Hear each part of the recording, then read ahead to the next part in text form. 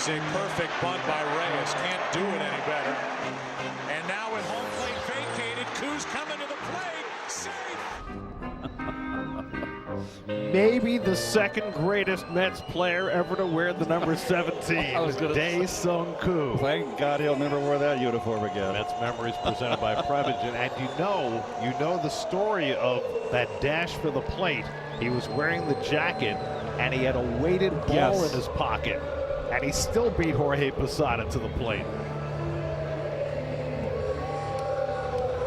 On the Mets starting lineup, 5 lefties in there against Cade Cavalli, who, as Keith noted, has struggled against left-hand hitters this year, including the slumping MJ Melendez, who will DH and bat 8th.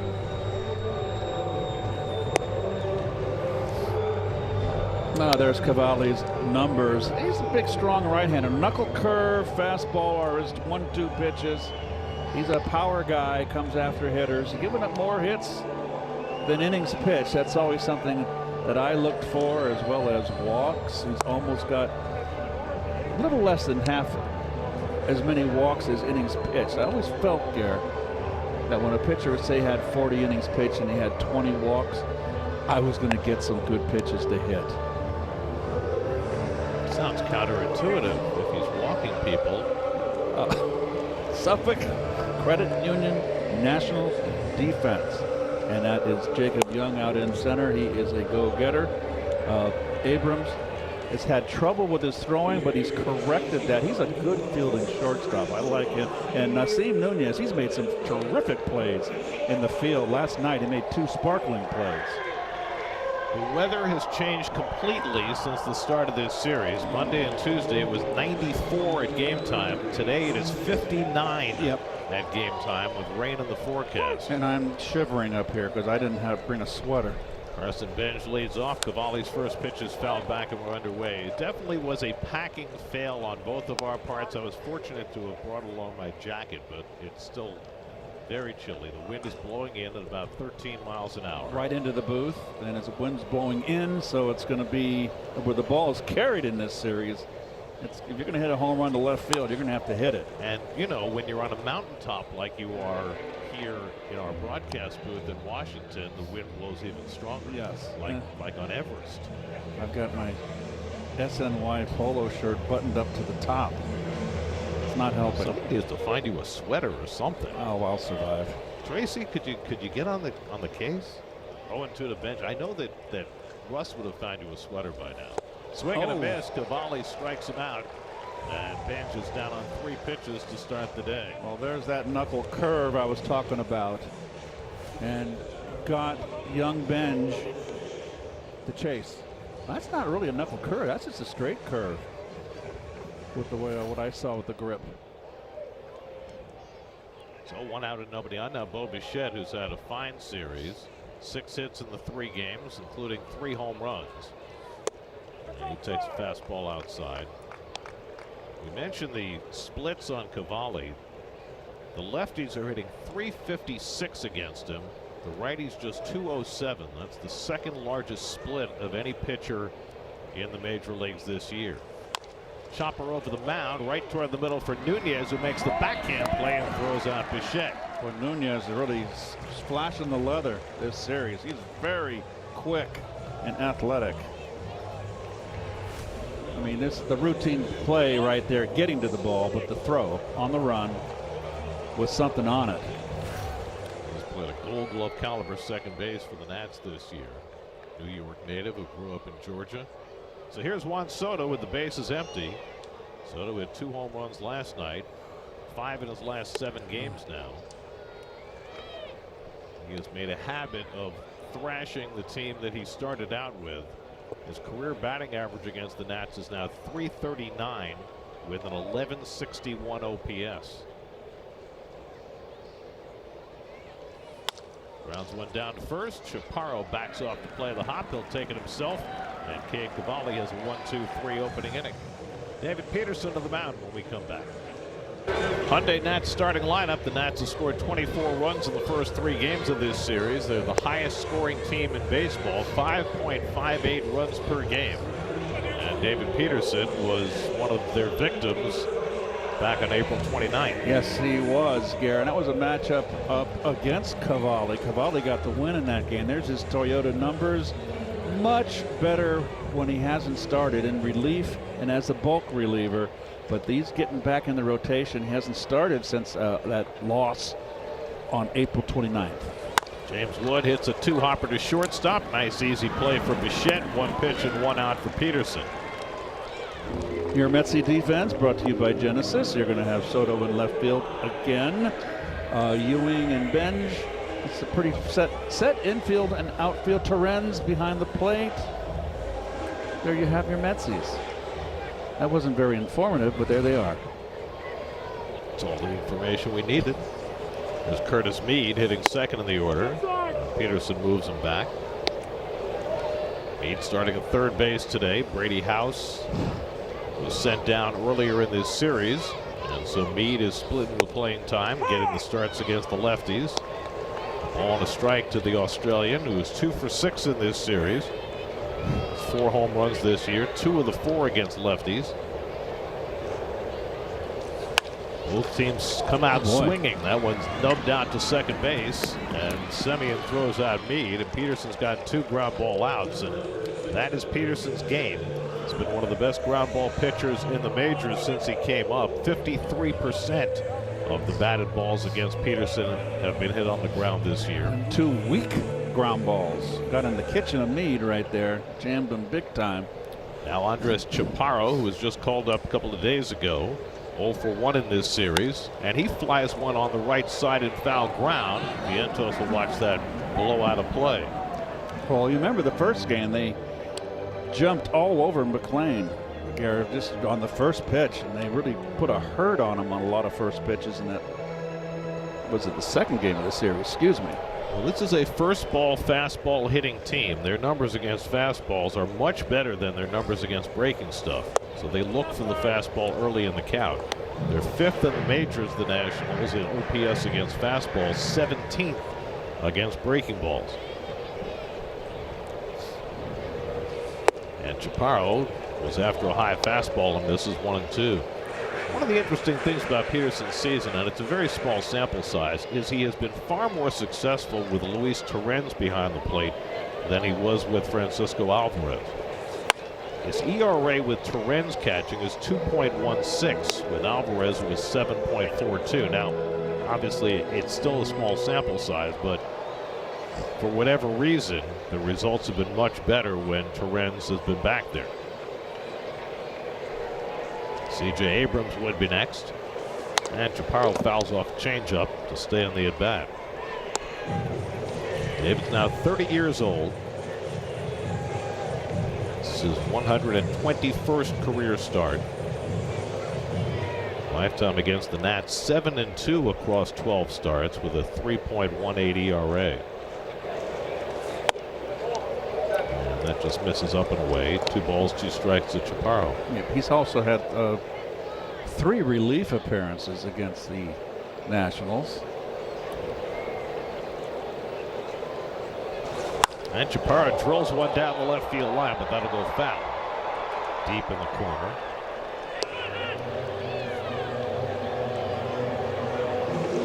So taking his time walking after that ball.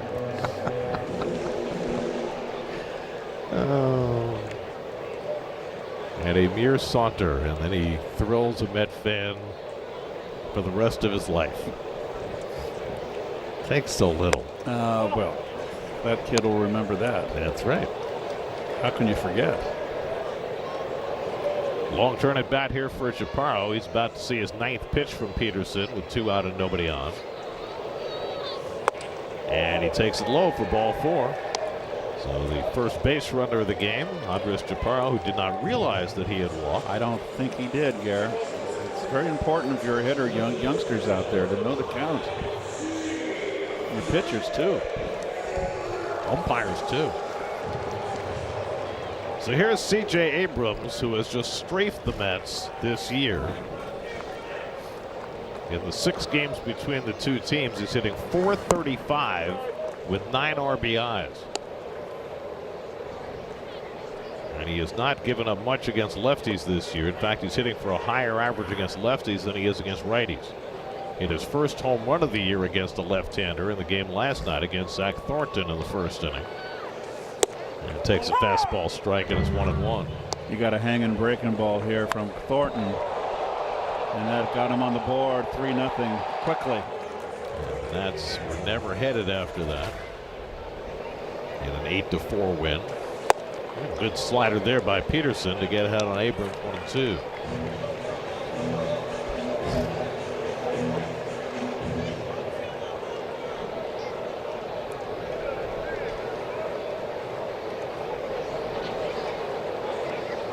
Power at first, not much speed. And Abrams takes it low and away. 2 balls, 2 strikes. The 2-strike slider has been a big feature of Peterson's game this year. He's throwing it 41% of the time with 2 strikes compared to 31% last year. He's leaned into that pitch, which he feels is his best offering. And this is away with a fastball, and it's 3-2. See how much better he's been with that pitch when it's put into play compared to everything else. Well, his fastball, when he doesn't have his sinker, his ball straightens out. Power runs and the pitch inside, so back-to-back 2-out walks issued by Peterson. After getting the first 2 outs on a minimum of pitches, Peterson puts himself in the soup with a couple of walks, and here's Dylan Cruz, who was just called up on Tuesday, his 3rd start. 2 for 8 so far in this series.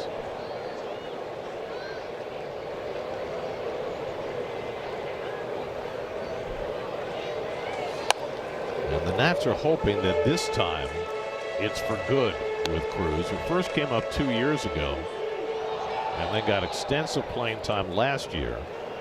He was in 85 games last season, didn't hit a whole lot, didn't hit at all in spring training this year. Got sent down, and after a month and a half, called back. Takes a fastball high from Peterson, 1 ball, 1 strike. Here's the number 2 pick in the draft in 2023, right behind his college teammate at LSU, Paul Skeens. Chaparro at second, Abrams at first with 2 down.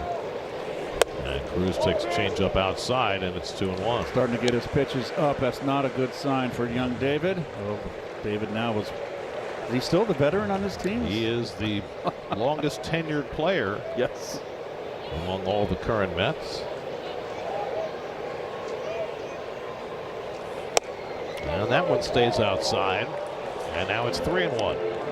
Dylan Lyle, left-hand hitter, waiting on deck.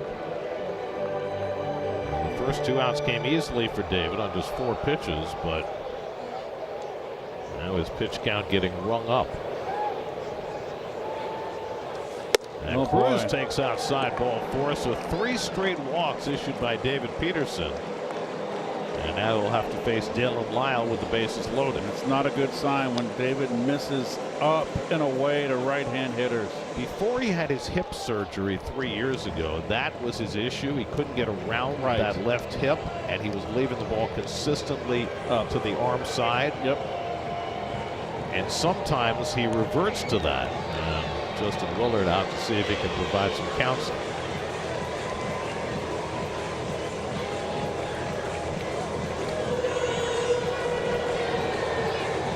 Oh, it was funny. It's a funny game.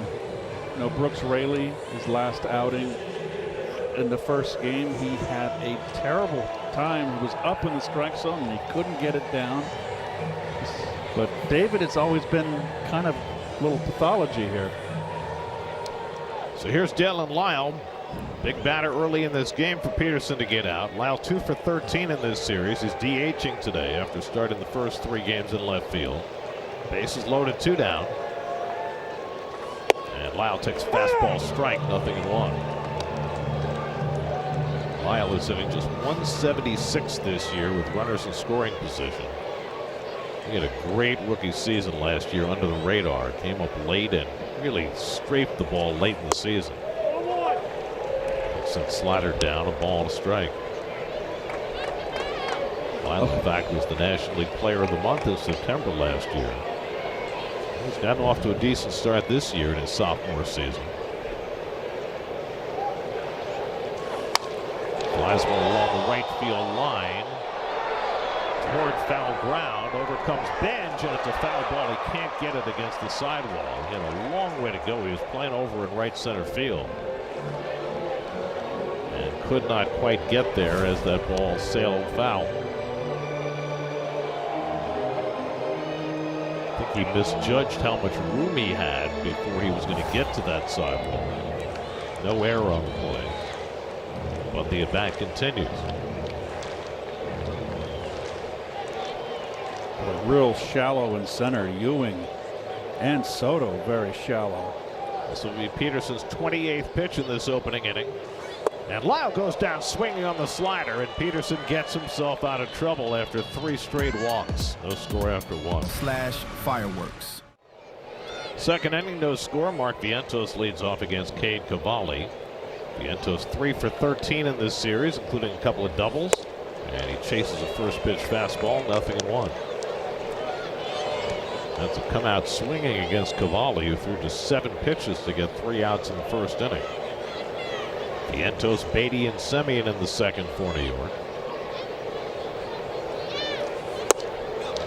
Takes strike, and it's 0-2.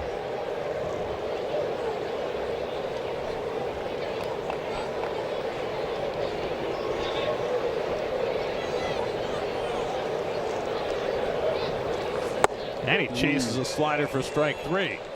Boy.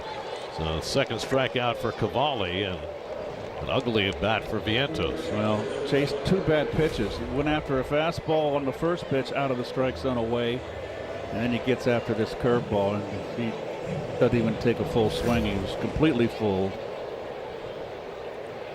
And that is not a knuckle curve. That is a regular curveball.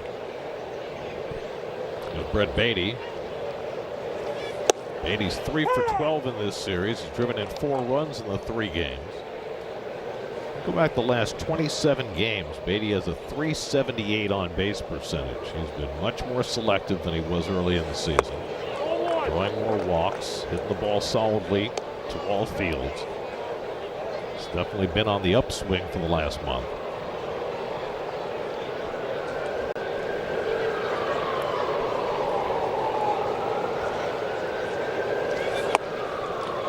And it feels as though it pretty much dates to the time that Francisco Lindor got hurt and Beatty moved back to his natural position at third base, where he's played very well in addition to the uptick in his offense.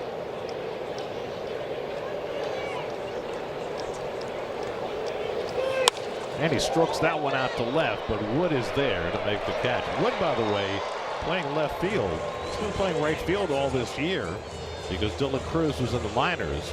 Wood played left field the last 2 years for the Nats. Right. But they move him back to left with Cruz here because Cruz is the better defender. And has the better arm. He's got a pretty good arm too. Yeah. There's Marcus Semien with 2 out. Semien 2 for 12 in this series, 3 runs batted in. And he socks one to deep center field. Back goes Young to the warning track, back at the wall, and it blows back in play, and he makes the catch. The wind caught that ball and kept it from being a home run. Wow. Always available every single day. Jacob Young leads off the home second inning. Takes up and away from ball 1. Young had a big night last night, a double and a home run after leaving the first game of this series when he got hit in the ribs by a pitch. And he takes a strike on the inside edge, 1-1.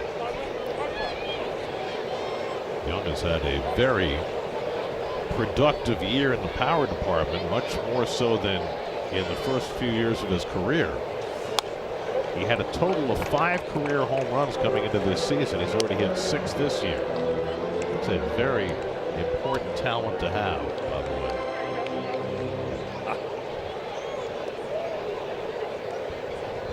It's very impressive.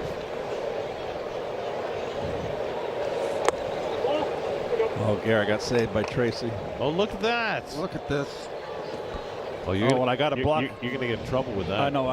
You can't show the logo. I know. I mean, Ronnie almost got suspended the first year of SNY for wearing the logo. The logo's gear. right here. I got it hidden. Ground ball hit behind the bag at second, and Bichette can't handle it cleanly.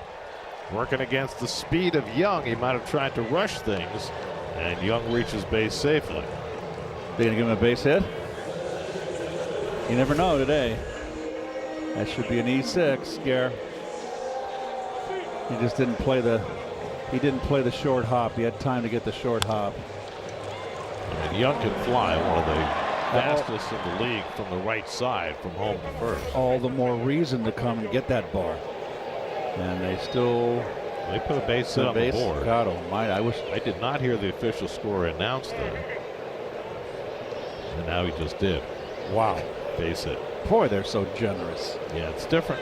Goodness. Now, Steve Nunez has been bunting a lot in these situations, so Beatty creeps in at third, and he does square, pops up the bunt. Terrens can't get to it as it lands on a play. Nunez has 2 hits in this series, and he had a squeeze bunt last night. Another fast guy. This Nats team is rife with guys who can really run.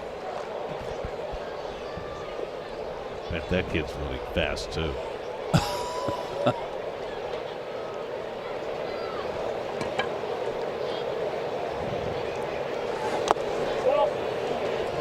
Terrens knocks down that slider in the dirt, and it's 1-1. Jacob Young at first has not been stealing bases the way he did when he first came up.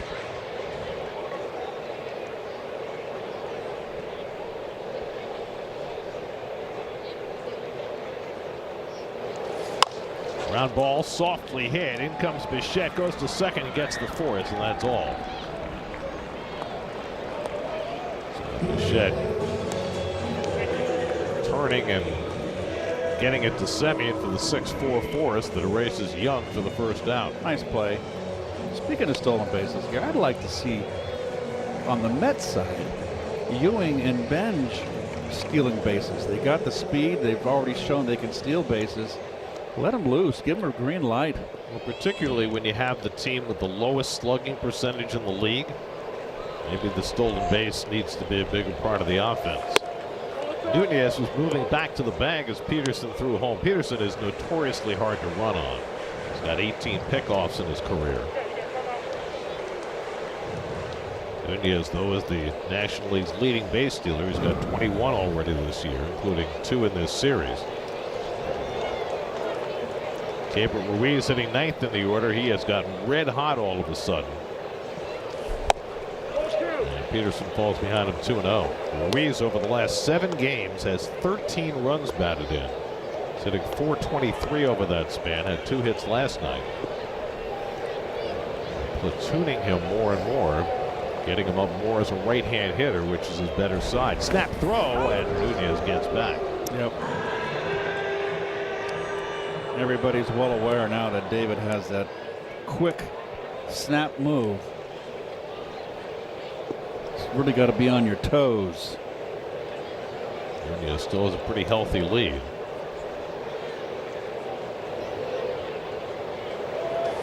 And Ruiz lines one into left center for a base hit. Nunez turns second, and he'll stop right there as Soto eyed him and then fired it in. I thought he had a chance to go first and third. Forced the perfect throw. Surprised he held up.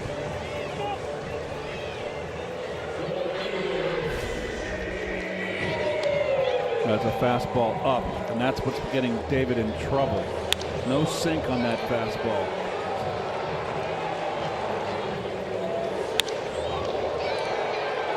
I thought he had a shot to go first and third. And James Wood bats with 2 aboard and 1 out. Wood takes a strike. Wood grounded out to short on the first pitch he saw in the opening inning, which is unusual for him. He has one of the lowest swing rates of any player in the majors. Walks a lot, strikes out a lot, and has prodigious power. bad cut of the slider, and it's 0-2. Yeah, he's only hitting .206 against left-handers here coming into this game. 13 for 63, but it's one of the reasons why the Mets wanted lefties to start against the Nats, but overall as a team, the Nats have hit lefties extremely well. They're hitting .272 against lefties. That's 36 points higher than they're hitting against righties. And Washington is 11-5 this year when a lefty starts against them, despite the fact that their best two hitters, Wood and Abrams, are left-hand hitters. And Wood fouls away slider. well, here's the inside the park grand slam. Almost a terrific play by Morabito. Taylor didn't know where it was, and that enabled that man to fly. And I mean literally fly around the bases. Nunez dancing off second, and Wood strikes out on the slider. And that's the second out of the inning. Second strikeout for Peterson. He made Wood look bad in that at bat. Yeah, he sure did. He ate him alive. Ate him alive. Look at that nice slider out of the strike zone. You can't hit that, Garrett. It's in the dirt. To hit it, you'd have to step on home plate to reach for it, and then you'd be out anyway. It's an unhittable pitch. Wow. Never heard you say that before. You usually slam your hand on the table when somebody says the U word. It's Meade, and he takes a borderline strike. Curtis Meade grounded out to second base his first time up. I guess you're allowed to say it. Certainly. At the end of the day. Well, you can't hit it when it's, you know, a foot outside and in the dirt. Runners go. The throw will go to second, and out at second base is Ruiz to end the inning.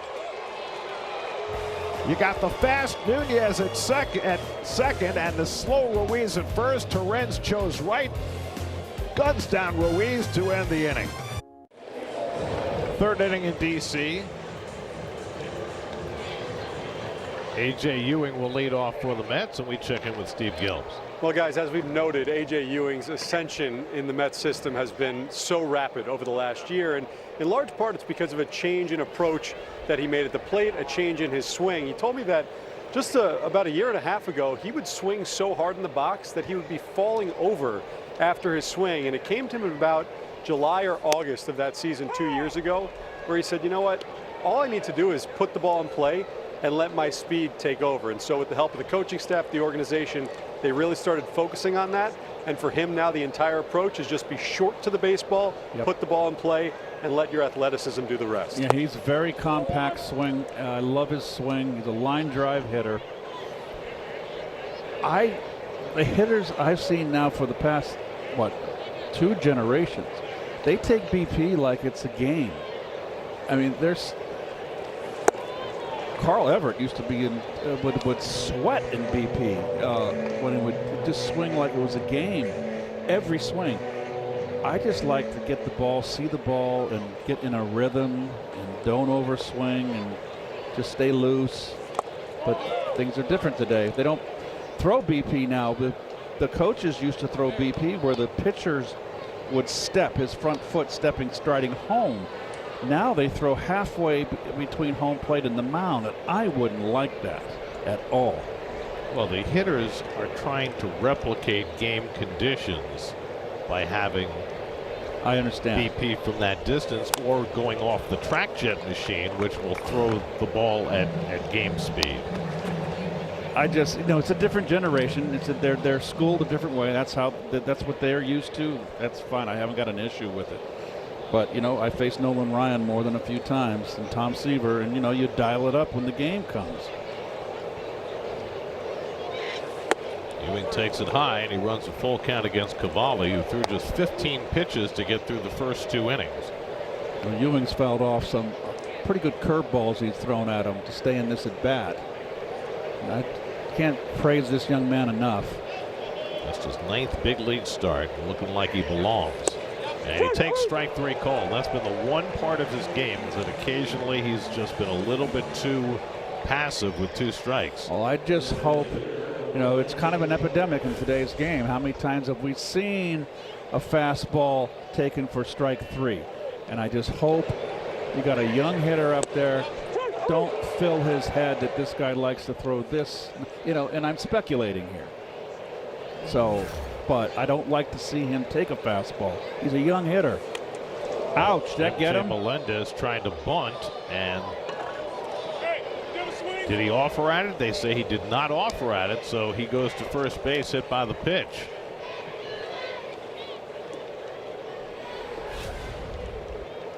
Did he get his fingers?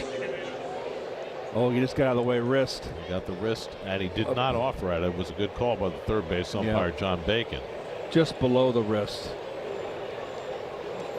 That is the 9th batter that Cade Cavalli has hit this year. That's more than any pitcher in the league. Yep. And the Mets have their first base runner of the day. And Luis Torrens the batter.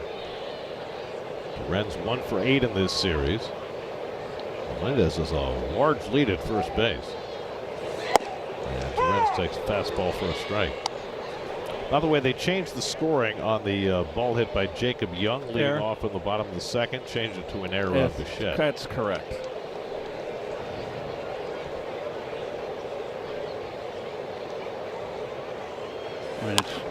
Slowly hit toward third. If it stays fair, it's a hit, and it is a hit. Luis Torrens with a swinging bunt, and the Mets have 2 men on. First hit of the game for New York.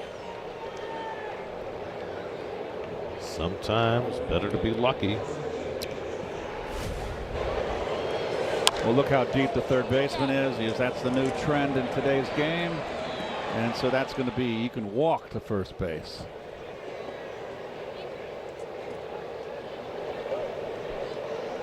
Nothing Meade could do but put it in his pocket. So now Carson Benj bats with 2 men on and 1 out. And Benj lines one the other way for a base hit. Melendez to third. He'll be held up there as Wood gets it in quickly. And the Mets have the bases loaded with 1 out. So Benj is now hit in 6 straight games, jumping on a first pitch and going the other way. Love it. Oh, a hanger.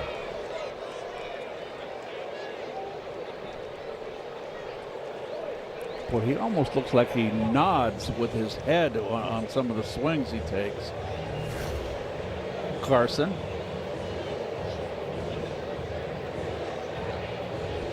So now the base is loaded with 1 out for Bo Bichette.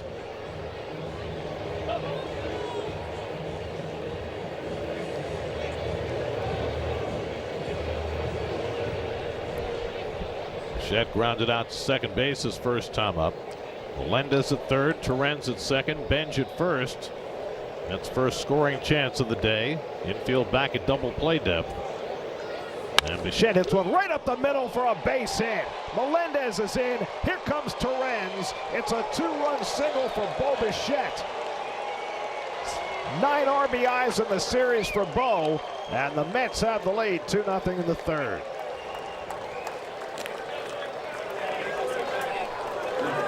Getting hurt by the curveball, Gare. Another roller.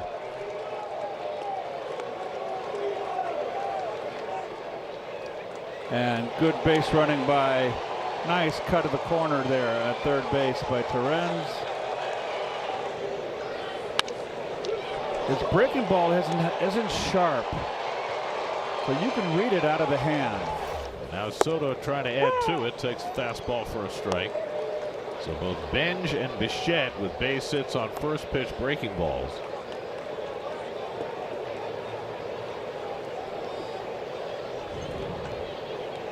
Soto grounded out to first base his first time up. 2 home runs last night, 3 in this series. And he fouls one off on a sinker. 0-2. Blue Moon bright spot. Quite a last week for Juan Soto against his 2 old teams, against the Yankees and against the Nats. He has put up gaudy numbers.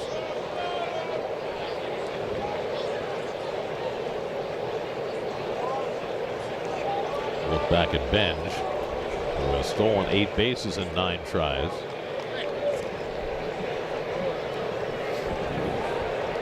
Soto is 4 for 6 in his career against Cavalli with a home run. Looking to add to the Mets' 2-0 lead in the third. And he takes the breaking ball for strike 3 call. He knew it. He was walking away almost before Ruiz caught that ball. Little backdoor slider. Didn't throw the curve. That's more of a, well, he just got under it a little bit and put it in a good spot. It was up. It's a sweeper. 2 out and 2 on. Here is Mark Vientos, who struck out on 3 pitches his first time, and he chases a first pitch slider that time. Mark really having trouble picking up Cavalli. He chased twice in that first at bat, and again on the first pitch of this at bat.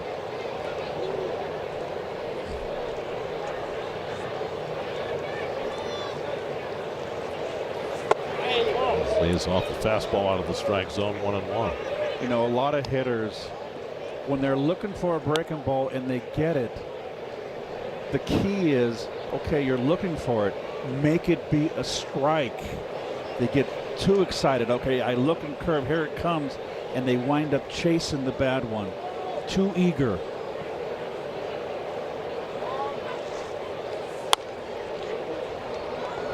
Long 2 strikes to Vientos.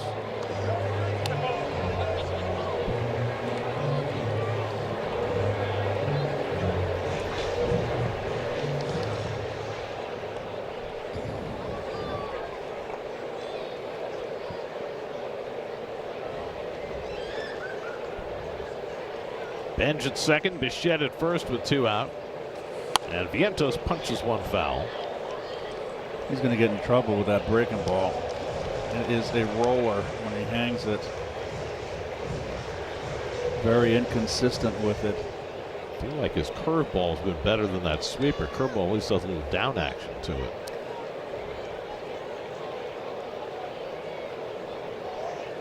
Again, the 1-2. On the ground to short, and Abrams flips it to Nunez to retire the side. But a 2-run single by Bo Bichette gives the Mets the lead. David Peterson staked to a 2-0 lead as we go to the bottom of the third. Curtis Mead leads off and hits it sharply to short, right at Bichette, who snatches it for the first out. 1 pitch, 1 out. MLB is partnering with Crisis Text Line to increase mental health awareness. For free 24/7 confidential support in English and Spanish, text MLB to 741-741.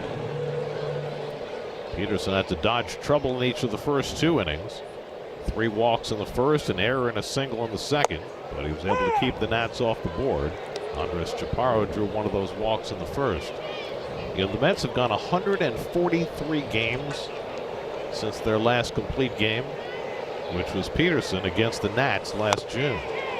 It was the only shutout of his career, June 11th of last season. I remember that because it's so rare, a complete game and a shutout, but just a complete game, and how the pitchers just react, because it's like a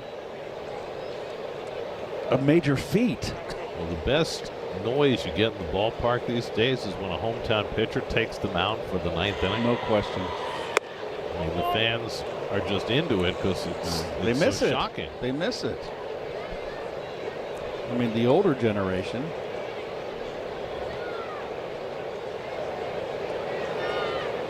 One-two coming at Chaparro, and he flies one to shallow right. Back goes Semien to make the grab. 2 out. So Peterson with a chance for a shutdown inning after getting the lead. He's gotten the first 2 outs. Now he faces C.J. Abrams.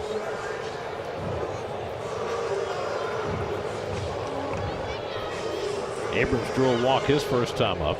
He's never had much luck against Peterson, though. Just 4 for 22 in his career. He's a better hitter now than he was his first few seasons. It's been a huge breakout year for Abrams. They've all, they've been waiting for him. He's very talented. Fly ball out to left, coming toward the line is Soto, for whom Abrams was traded, and Soto makes the grab. 1-2-3 inning for Peterson. 2-0 Mets. Everything happens for a Reese's. Around the majors presented by MSK, Shohei Ohtani's won 4 MVPs, but he's never had a pitching start like this. 8 starts into the season. 0.73 ERA after 5 scoreless innings last night. Oh, and by the way, he hit the first pitch of the game for a home run. Look at Valenzuela. Oh my gosh, and Mike Norris. Jacob deGrom on that list in his incredible 2021 season, which was cut short after 15 starts, but probably as good a half season as anybody's ever had. I mean, Ohtani stands above everybody in so many respects, but there are a lot of pitchers having really good starts this year, and a lot of them pitched last night. Like, do you know who Kyle Harrison is? No. Pitching for Milwaukee. He was in San Francisco, then he was in Boston. He pitched 7 scoreless against the Cubs last night. Kyle Harrison has an ERA of 1.77. Trey Savage with the Blue Jays, who's still a rookie, like Nolan McLean. Savage had a postseason last year. 6 scoreless for Toronto yesterday. He's at 1.07. Beatty rips one through the hole, a base hit. So the Mets get started in the 4th inning. Beatty hit the ball hard his first time up. Tries for 2 and makes it. And the Mets have a runner at second with nobody out. Good hustle by Beatty. Got a 3-1. Unable to come up with that ball cleanly, enabling Beatty to get to second.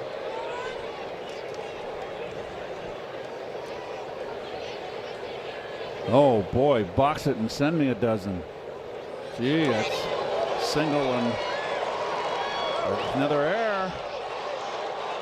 That's the Nationals' 48th error of the year. That's the most in the major leagues. Goodness, how do you do that?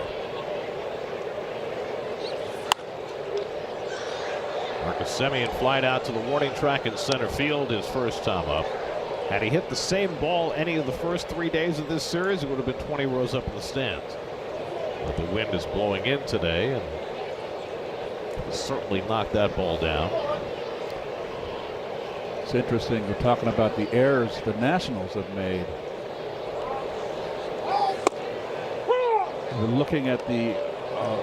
That's a strike. That's going to be a strike. I think they're going to lose this challenge. Oh, wow. Yep. Not even close. ABS powered by T-Mobile. You look at all the runs given up by their pitchers and unearned runs. I mean, there's 7 unearned runs that Cavalli has given up. 41 unearned runs for the National staff. But there's another side to that, too, as Semien strikes out. They've also given up 76 home runs, yes, which is the most of any team. I will say that the ball was carrying here the first 3 games. I mean, it was flying out of left field. Not today because of the wind blowing in, and also the complete change in temperature. It's A.J. Ewing, who took a call third strike his first time up. Beatty at second and 1 out. And A.J. takes slider for a strike, 0-1. That's that Ron Darling, get me over backdoor curveball. Left it to a left-hander. Not going to swing at that pitch.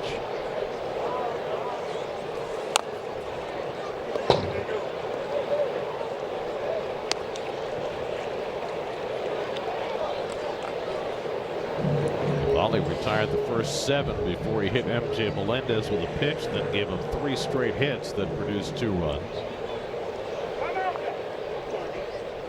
Now a leadoff hit in the 4th.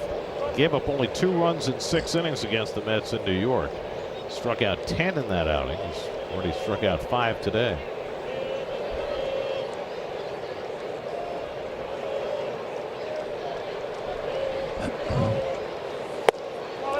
Good to Ewing, 1 ball, 2 strikes. Good layoff. Good attempt right there up the strike zone. Above the letters. Good take by Ewing. He has a good knowledge of the strike zone.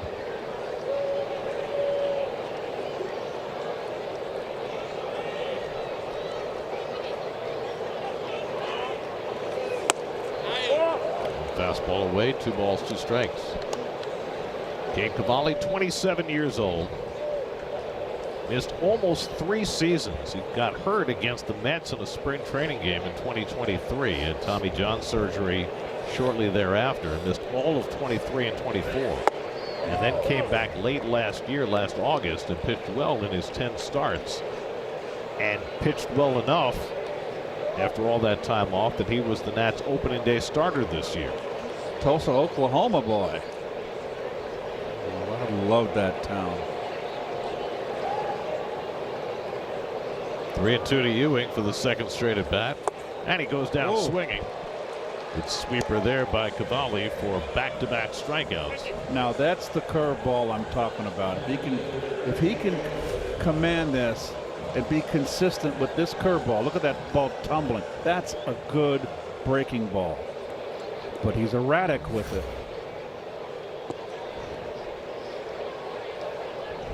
So 2 out. Beatty's still at second. Now Melendez, who was hit on the wrist by a pitch while trying to bunt in the third, came around to score. And he socks this one out to right, but Cruz has plenty of room. And he's got it to retire the side. A leadoff hit and 1 left. Still 2-0 Mets in the fourth. Hey kids, you can join us in the booth to call half an inning of the Mets game on SNY. Parents, Sunday is the last day to enter. Scan the code and submit your child's video for a chance to win the 2026 SNY Kidcaster contest presented by HSS.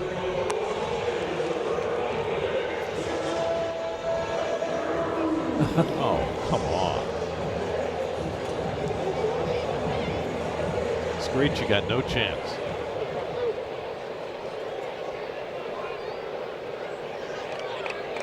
Okay. Dylan Cruz leads off in the home fourth inning, 2-0 New York. And Cruz flies one out to center. A.J. Ewing steadies. Now has to come in with the wind grabbing it. Yep. 1 out. The wind has played a factor on almost every fly ball to center and to left today.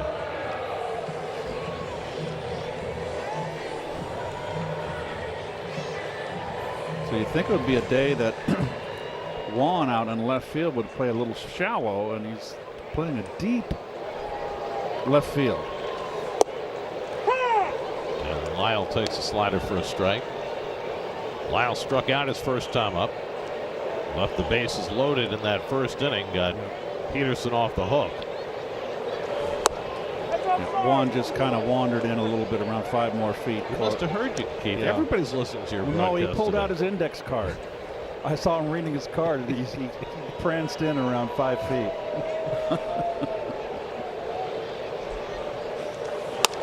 Grounded toward the hole. Semien knocks it down, picks it up, and has no play. Semien ran about 60 feet to get to that ball. I'm gonna guess that should be a hit. That's definitely a hit for Lyle. He ran a long way for that ball. It hit the tip of his glove.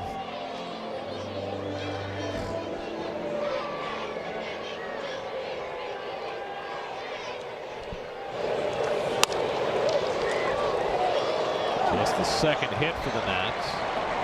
1 out and 1 on for Jacob Young.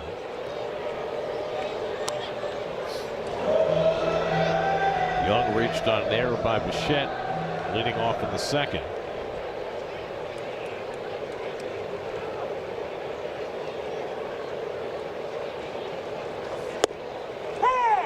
He takes a fastball strike.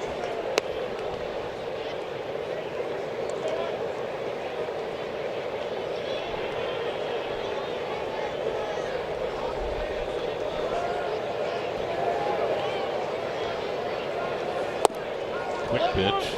And this is low and in with a curveball. 1 ball, 1 strike. Peterson will vary his moves to the plate. Sometimes he'll hang his legs. Sometimes he'll use that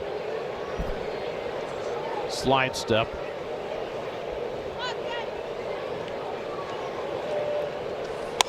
That's driven out to left field, right down the line, hooking toward the corner, and foul. Jacob Young has really shown off his power the last couple of days. Well, that one didn't get out, but it got in on him, and he still helped hit it over 300 feet down that line. I mean, he hit one over Soto's head yesterday that landed up against the bullpen fence, and then he hit one that went into the bullpen. Nice. He's got no help from the wind and went a long way.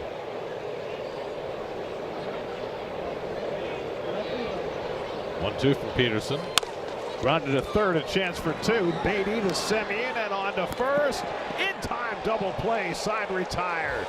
They double up the speedy Jacob Young. 5-4-3, still 2-0. To learn more. Well, since we left you, the Nats challenged the call at first base on the double play, and they got the call overturned. And so the bottom of the fourth continues with Young at first and 2 out. And he beat it by a half a step. And Nunez takes the pitch high, 1-1. I just don't. Just the first base umpiring has just really gone south. Play under review presented by Citizens, making sense of the play. Well, it's not under review anymore, but it was. Nunez fouls off the breaking ball. 1-2. So it goes to 5-4 fielder's choice with Young beating the play at first base. And Peterson forced to throw a few more pitches in this fourth inning.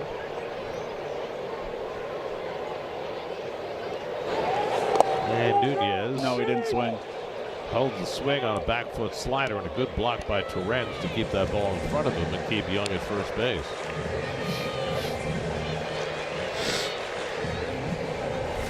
Well, Torrens is a quality defender. That's not really. I mean, he wouldn't got the short hop. You would like to see him kind of shift over and get the body in front, but it's difficult with that one knee on the ground. Curveball wrapped around the plate. It's 3-2. Very nice, Garrett. I always said bend around the plate. Wrap. That's a good one. I've never heard that. It happens. It's probably about the 374th time I've used it. Well, I'm not paying attention. I know that. I'm well aware. Nunez breaks his bat, flies it out to center, and Ewing is there to make the grab. That retires the side. We promise this time. 2-0 then. Prone. Never forget that the Washington Nationals began life as the Montreal Expos. So Mets, who also played for this franchise. Ronnie was only an Expo for 3 weeks, but it still counts. Yeah, look how young Ronnie was there. Salou made his bones with the Expos. Still has the longest hitting streak in Mets history. Pedro. And the great Pedro Martinez. Absolutely. Luis Torrens leads off in the fifth inning against Cade Cavalli. And Torrens floats one behind first base. Chaparro into foul ground, chasing it with the wind, and he's got it. One pitch and one retired for Cavalli in the fifth.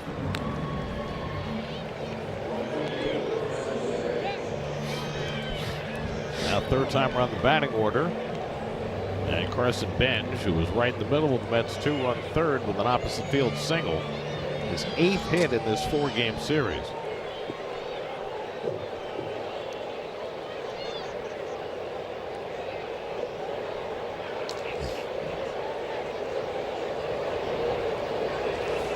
Over the last 3 weeks or so, Benj has basically doubled his batting average. He was hitting in the 130s. Now he's up to 267. He has hung in there. He has shown a lot of fortitude and strength, mental strength.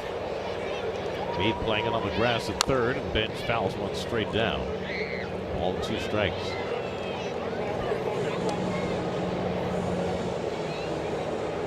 I mean, when that ship was sinking in April, he was treading water and hanging in there.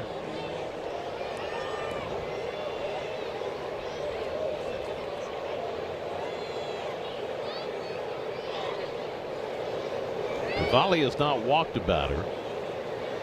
The Mets on Tuesday night did not draw any walks. Last night they drew 1 walk.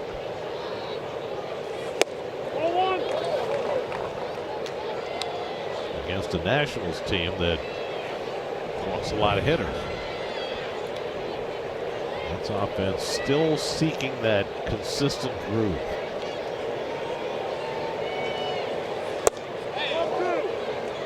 Good eye. Benj able to stop the swing. It's 2-2. It's even with their recent better play.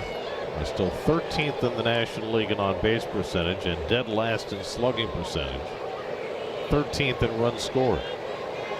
2-2. Got him with a breaking ball. Cavalli picks up his 7th strikeout as he fans bench, 2 away.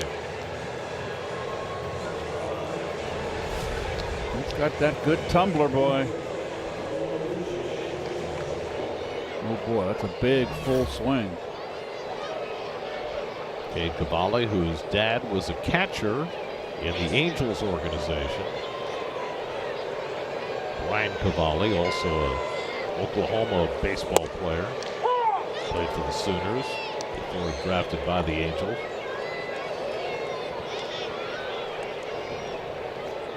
Bichette drove in the 2 Met runs with a single up the middle in the 3rd inning. 9 RBIs in this series for Bo. Last Met to drive in 9 in a series was Pete Alonso, who did it last year against the Dodgers. The club record for RBIs in a 4-game series is 12. Ooh. The last to do that was Lucas Duda in 2015 against the Reds. It was the series where they clinched the division in Cincinnati in 2015. He hit the grand slam in the 1st inning in that clinching game. I vaguely remember. You were there. I was I there. remember you distinctly. It's just, how many games have we seen? I mean, it's hard to remember everything. Many thousands, Keith. Yep. Strike 3 called. Bichette's going to challenge the call. Okay, I'm going to say it's a strike. It's going to be very close. Well, the Mets have already lost 1 challenge, and they lose this one as well, so they're out of challenges for the rest of the game. Brought to you by Sterling Optical. 8 strikeouts for Cavalli. A couple of bad challenges. That one particularly with 2 out and nobody on. Your auto rate won't go up just because of it. Home 5th inning. So far so good for David Peterson. Working with a 2-0 lead. Faces the number 9 hitter, Keibert Ruiz, leading off in the home 5th. And Ruiz socks another base hit into left center. Man, he is scorching hot. Yeah. The 2nd base hit of the day. He's 4 for 5 in this series.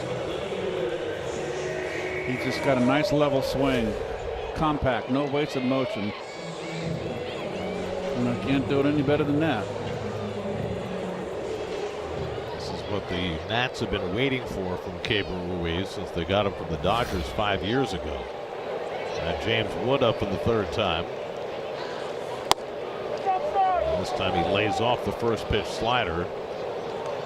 Peterson struck him out with sliders in the 2nd inning after getting him to ground out his first time up.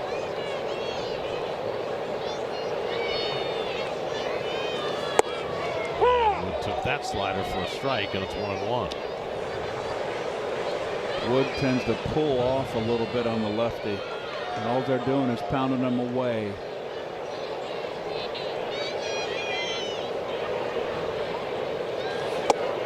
And the fastball catches the outside edge, and it's 1-2.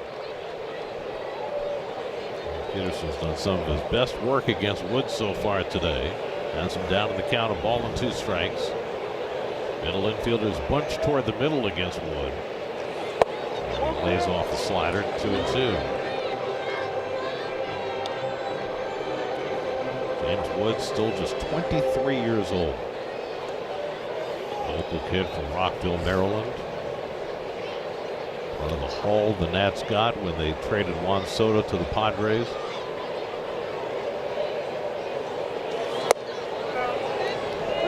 And a full count with Curtis Mead waiting on deck.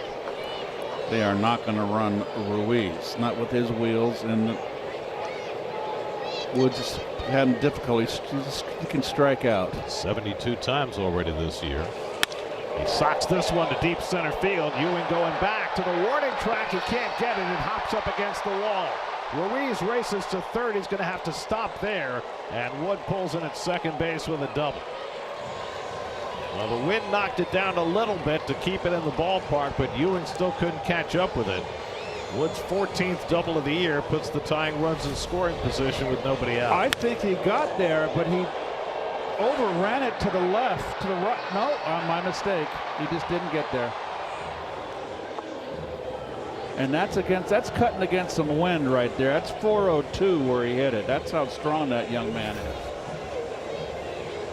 And we'll get action going in the Mets bullpen. Huascar Brazoban begins to throw as Justin Willard heads out to the mound.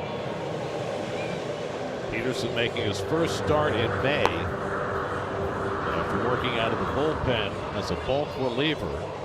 He hasn't thrown more than 89 pitches in any game this year. So now third time around the batting order. He's given up back-to-back base hits to Ruiz and Wood to start this inning.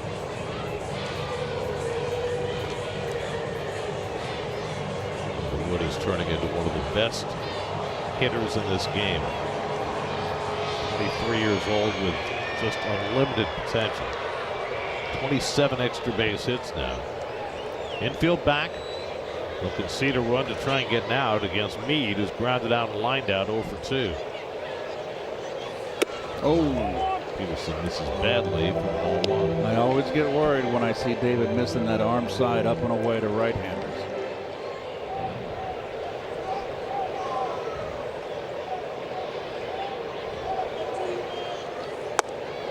And now he's behind on Meade 2-0. Andres Chaparro, the on-deck batter.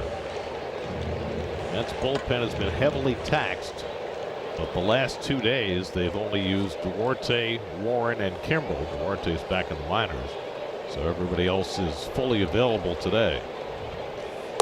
Oh boy! And now 3-0 to Meade.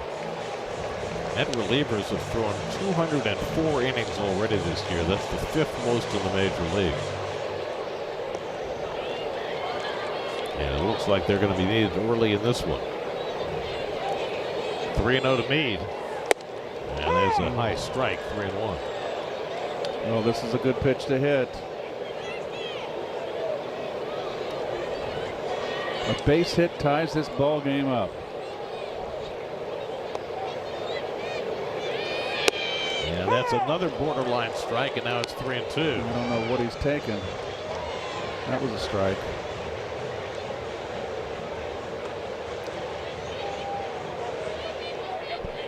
Peterson trying to fight his way back after falling behind on Meade 3-0.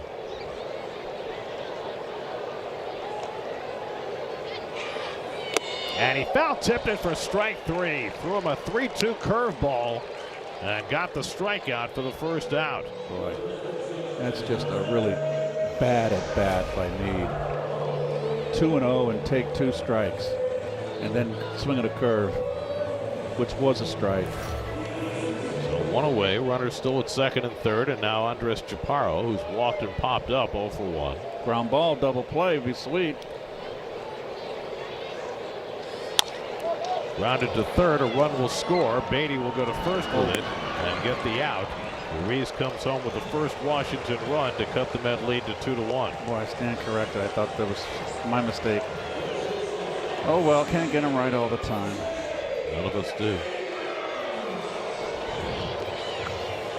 So now the tying run at third with 2 out. First RBI of the season for Chaparro. And now C.J. Abrams has driven in 9 runs against the Mets this year. Well, if he can get out, Pearson can get out of this with 1 run. That's job well done. And Abrams lifts one foul off the left side.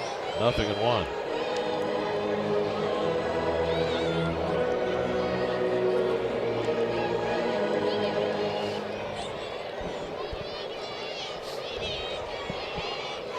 Wood is the runner at third with 2 out. Abrams has walked and flied to left. And he pulls one. Beautiful play by Vientos, and that keeps the Mets in front. Wow. Mark Vientos with an amazing play, diving to his left on a hot shot by Abrams.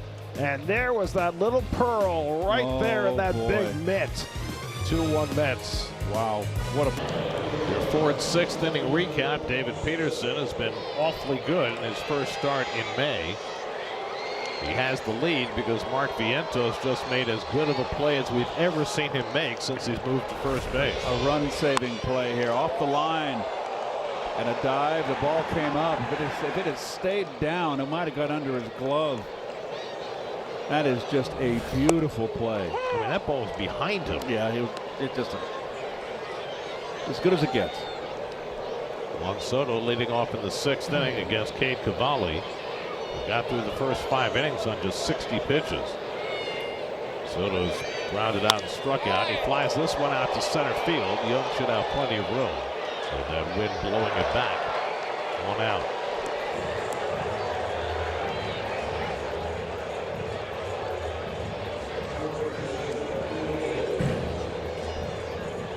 Now Vientos has gone 0 for 2 today. Struck out and hit to a fielder's choice.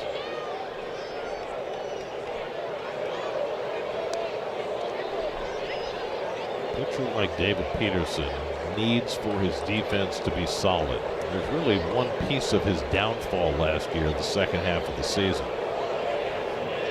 That's did not play good defense behind him, and he suffered as a result.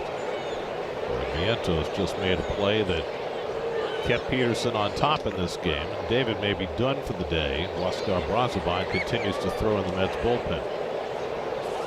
Vientos foul tips one, and it's 0-2. Yeah, David's a he pitches to contact. He's a ground ball pitcher. It certainly makes perfect sense that he needs defense behind him.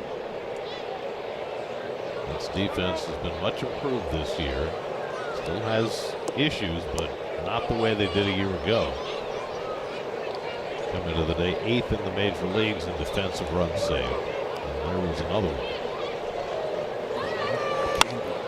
Vientos flies one out to right. Cruz got a late start in, but he gets there to make the catch. 2 out. Get all the reactions to the Knicks' wild comeback win over the Cavs, plus a breakdown of what to watch for in Game 2 of the Eastern Conference Finals. Well, the latest putback with Ian Begley. Check it out now on SNY's YouTube page. Well, I'll be watching that game tonight. I'm overnighting. Can't get out of town, so I'm going to be back at the hotel watching the game. And Beatty rolls over one down to first. Chaparro makes the flip. And it's a 1-2-3 inning for Cade Cavalli. 2-1 Mets going to the bottom of the 6th. Experience. Amazing. New York Mets baseball on SNY is brought to you by your Tri-State Chevy dealers. Visit ChevyOffers.com. By Prevagen.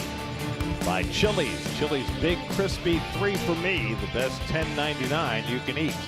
And by your local Honda dealers. Contact your local Honda dealer today. Oscar Brazoban on to pitch for the Mets in the bottom of the 6th. He was the winning pitcher in the 12-inning game on Monday. He's had 2 days rest. He threw 22 pitches on that in the first game. Cruz first man to face him. Cruz has walked and flied to center. So all in all, an outstanding outing for David Peterson. He had to work through some early trouble and some late difficulty as well. Wound up going 5 innings, allowed a run on 4 hits, 3 walks, all of which came in the first inning, and 3 strikeouts. 82 pitches for David. Cruz punches one to short. To his left, Bichette sweeps it up and throws him out 1 away. Brazoban worked 2 innings on Monday. His bullpen was really stretched in that game. 12-inning game in which the starter Christian Scott only went 4, so you do the math. So they've had to kind of pick and choose with their bullpen the last couple of days, and that has not helped them in losing these last 2 days. Now they've got all their primary relievers available and ready to go in a 1-run game. Dylan Lyle fouls one away. So that means Brazoban and Raley and Weaver and Williams all are rested and ready to go. Dylan Lyle had an infield hit his last time up. Ball that Semien was able to knock down but couldn't quite pick up cleanly in the 4th inning. Lyle pulls that one to first, and that's caught by Vientos. Can't get anything by Mark today. 2 out. A little easier play for him there. Can't all be as spectacular as the last one. Nice little line drive.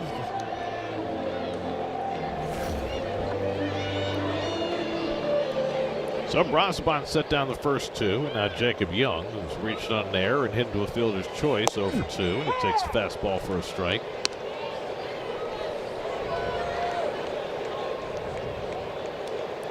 Nationals team is at 500 through their first 50 games. They have not been over 500 since they were 3-2 to start the season on April 1st. Blake Butera, their 33-year-old manager. Ground ball to third. Beatty plays the short hop. And a very quick inning for Brazoban. He gets a 1-2-3 on 9 pitches. On to the 7th, 2-1. Liberty. Strong inning for Huascar Brazoban. Brooks Raley is up in the bullpen now for the Mets, who look to extend their lead here in the 7th against Cade Cavalli. Marcus Semien leads off. And Marcus takes a slider for a strike, 0-1. But Cavalli has just found his rhythm. Really snapping off that curveball. Semien flying deep to center and struck out 0 for 2 today. That one catches the inside corner. The fastball running in. It's 1-1. A.J. Ewing on deck, and then M.J. Melendez. Cade Cavalli in his last start against Baltimore Saturday went 6 1/3. That's his longest outing of the year. And at a very low pitch count in this game, he might get a chance to go 7 or even further.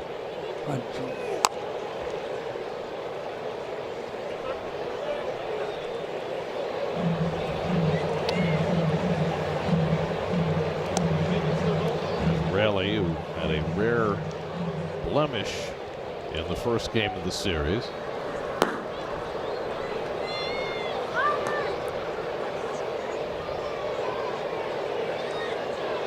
Oh, 2 to Semien with Ewing on deck. And Marcus fouls it away. Cavalli's retired 9 in a row since Beatty's base hit leading off in the 4th. Struck out 8 today. He fanned 10 against the Mets in 6 innings first time around in April.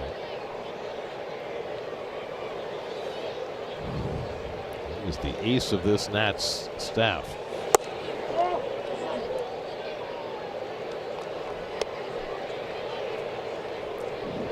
The ace last year was Mackenzie Gore. They traded Gore away to Texas.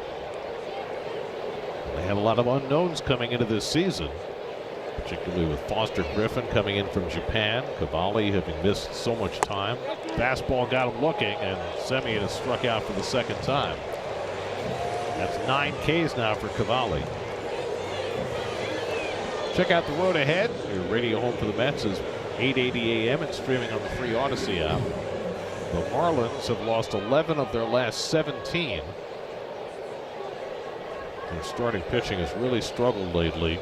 And the Reds? The Mets will miss Sandy Alcantara in that series in Miami. He's pitching today. He's going up against Strider. They were hoping that the young lefty Robbie Snelling, who we saw in spring training, would come up and help their rotation. Snelling came up. He made 1 start. And the Marlins announced today that tomorrow Robbie Snelling will be having Tommy John surgery. Oh, wonderful. So much for that. Ewing fouls one off, and it's 1-1. Starters ERA, even with Alcantara and Max Meyer pitching well, overall has been rough.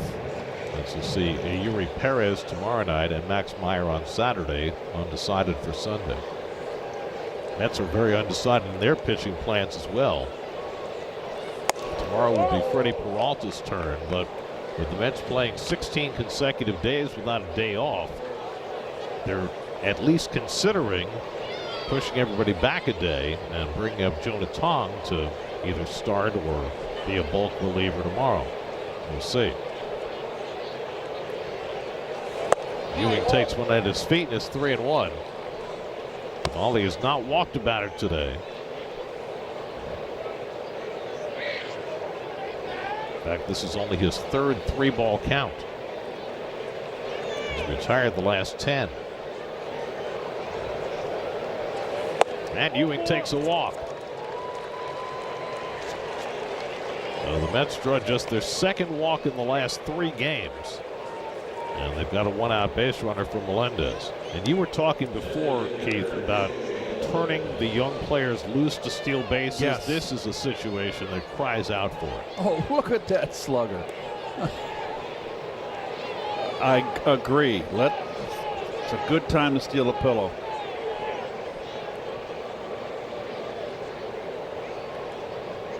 Ewing has stolen 2 bases since his call-up, had 17 in the minors this year and 70 last year. Takes that lead with the big lead with the orange shoes. MJ Melendez at the plate, and Cavalli checks in. Ball gets loose from Chaparro, but not far enough. Cavalli has not picked a runner off this year. He has 1 in his career. Opposing base stealers are 4 out of 5 against him.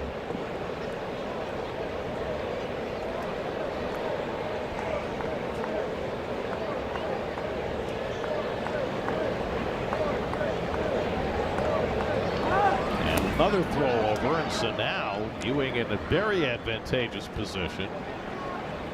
Third throw over, if he doesn't get him out, is an automatic balk. So EJ can afford to take an extra half a step on his lead. Melendez waiting. Ewing does not go, and Melendez cranks one deep right field, right toward the pole, but foul. Oh boy, the wind blew it foul. That did not miss by much. Oh. Into the second deck. Melendez bidding for his 3rd home run of the season and didn't miss by much. There's a case right there, Garrett. As a hitter, that wind blowing in from left field blew it foul. 2 throws over, very much concerned about the stolen base. You're going to get probably a fastball first pitch. And now a pitch out. Boy, how often do you see that? Hardly ever. So clearly they are concerned about Ewing and his base stealing ability. 2 throwovers and now a pitch out. I believe that's the 2nd pitch out we've seen in a game this season. 1-1 to Melendez. There he goes. Ewing takes off, and the throw by Ruiz not even close. Now they called him out. What? They say that Abrams slapped a tag on him as he was running by, and he's out. Ruiz's throw was way into the runner, and Abrams somehow came across, grabbed it, and tagged Ewing on the foot. That is the oh wow, correct call. Wow. And Ewing knew it. He didn't put up any fuss. Good call by the second base umpire, Clint Vondrak, and that's the 2nd out of the inning. Well, that's something that's changed in the game from when I played, Garrett. They're encouraging the catchers to throw into the runner in the right field side of the bag. Melendez hit by a pitch for the 2nd time in the game. First one got him on the wrist, this one got him on the foot. So he's at first with 2 out.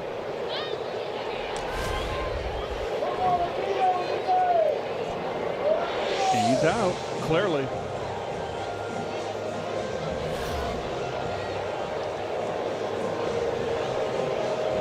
Pitching coach Simon Matthews out at the mound talking to Cavalli. They've got Clayton Beeter up in the bullpen. Beeter was just activated off the injured list today.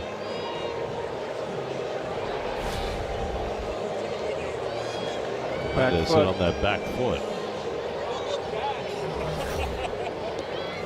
So Cavalli's now hit 9 batters this year, leading the league. Twice he's got Melendez today. And now Luis Torrens. There's Beeter. They sent P.J. Poulin down and activated Beeter today. Beeter was saving games for the Nats early this season, the former Yankee.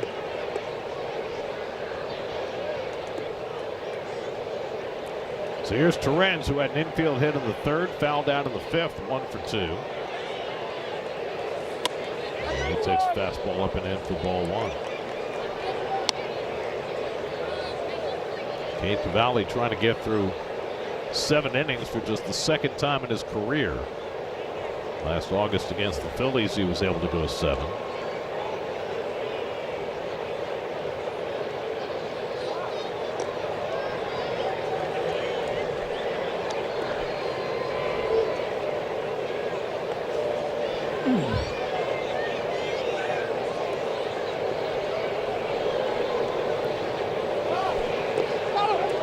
Closer play that time, but Melendez able to get back. Cavalli kicking himself. He thought he had him, but he made a bad throw.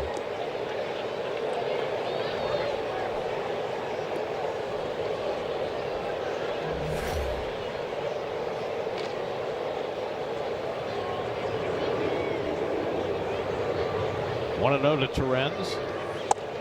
Oh, and catches the corner. Ball to strike.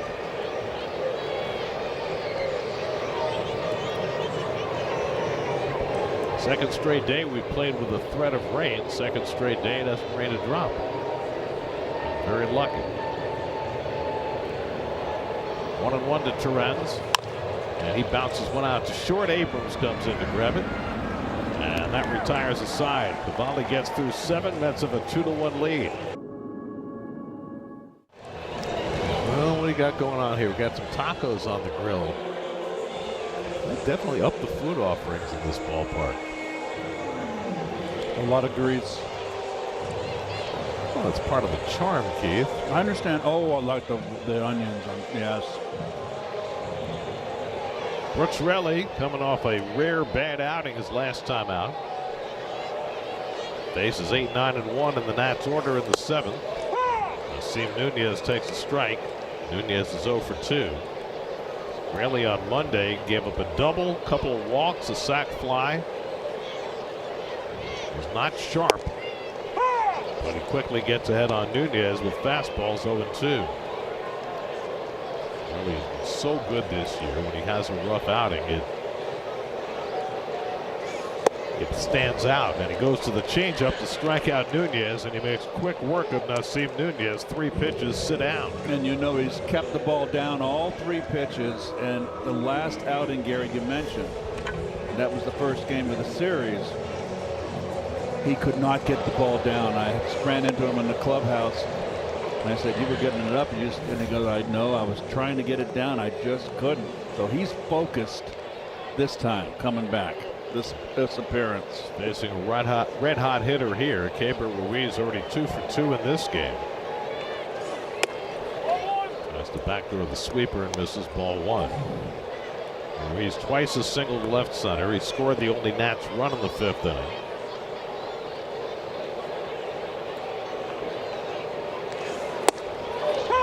Sweeper bends in for a strike, and it's 1-1. Ruiz over the last 8 games hitting over 450. He has just been on the best streak of his career. And he takes the changeup for a strike, and it's 1-2. Raley looking very sharp today. James Wood is the on-deck batter. That's 2 runs, 4 hits. The Nats 1 run, 4 hits. 2 balls, 2 strikes to Ruiz.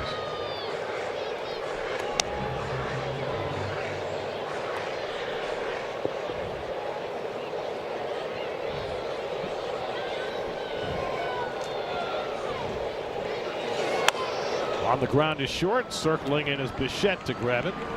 Throws out Ruiz, 2 away. 2 up and 2 set aside for Raley. And Spectrum high-speed hitting. Not surprising to see James Wood at the top of that list. Wood has the highest average exit velocity of any hitter in the majors. Averaging over 96 miles an hour every ball he puts in play. His double went over Ewing's head in center field in the 5th and led to the only Nationals run. He had a double against Raley that he pulled to right field on Monday night. Swings and misses at a sinker, and it's a ball and a strike. David Peterson went 5, allowed a run on 4 hits. Huascar Brazoban a 1-2-3-6. Raley's gotten the first 2 in the 7th. And Wood fouls one straight down. That one caught Torrens. A ball and 2 strikes.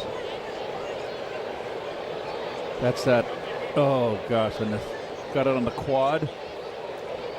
Exposed thigh, because which is even more exposed when you're down on a knee. When you're down on the knee, look at that quad right there saying, "Here, hit me."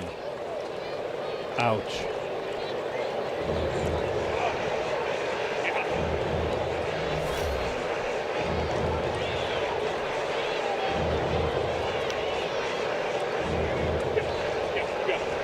There's Siegel, the home plate umpire, giving him a moment.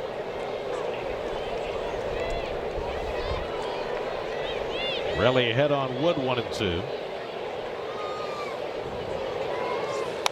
And he just got a piece of that sweeper to stay on the at bat.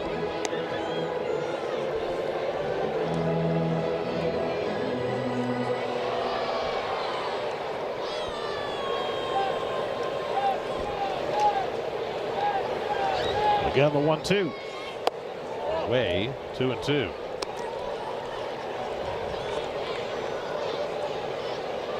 Curtis Mead would be next. Wood batting with 2 out and nobody on. He's got 7 hits already in this series. And he goes down swinging. Side retired. 1-2-3 for Raley with a couple of punch outs. Why? Hey, it's Gary and Todd. Mercedes-Benz postgame live on the way. Coming up postgame show, going to take a look at David Peterson's return to the rotation. Yeah, did a great job getting through 5. We're going to take a look at how the defense really helped him out, Gary. All right, see you guys coming up. Postgame show here on SNY. Gary. All right, gents. Clayton Beeter, just off the injured list today, was down with right forearm soreness. He'll face the top of the Mets batting order in the 8th inning. Mets leading 2-1. Carson Bench holds the swing on the slider and stopped it in time. Ball 1. Bench has 8 hits in this series. The second Met to have 8 hits in a 4-game series this year. Mark Vientos did it against the Giants in April.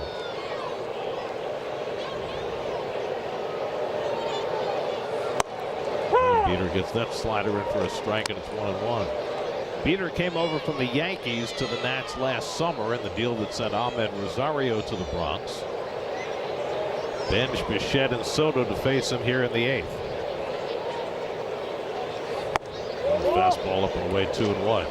Good outing for Cade Cavalli.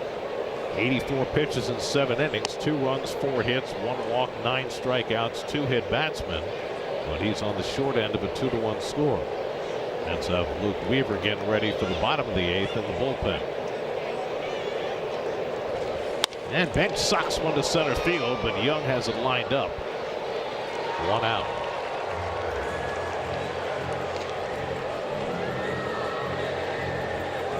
There's Weaver. So with all 4 of his primary relievers available, Carlos Mendoza looking to string them one after the other. Razaban and Raley each had a perfect inning, and Weaver will be next. Well, Bichette's driven in the 2 Met runs today with a single to center in the 3rd. He throws a lot like Dave Smith. Got the same kind of motion and follow through. Beater. The Dave Smith that you beat up in the playoffs in '86. Yeah, he followed through just like this, well, Beater follows through like him. 40 years later. Yep. Just so familiar to me. Isn't that funny? 40 years ago. Clayton Beeter from Fort Worth, Texas, by way of Texas Tech in Lubbock. Bichette flies one toward the left field line. A long run for Wood, and Wood won't get there, and it just lands foul.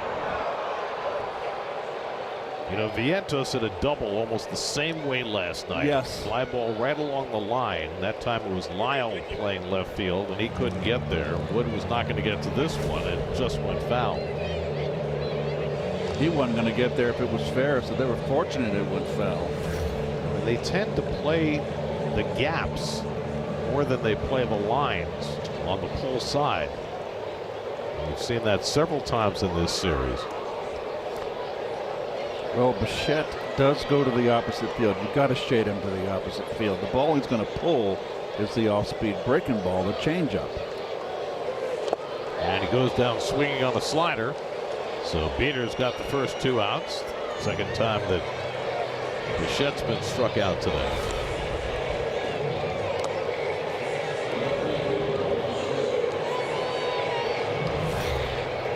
So 2 out and nobody on for Soto. He's already hit 3 home runs in this series. He's gone 0 for 3 today. Grounded out, struck out, flied out.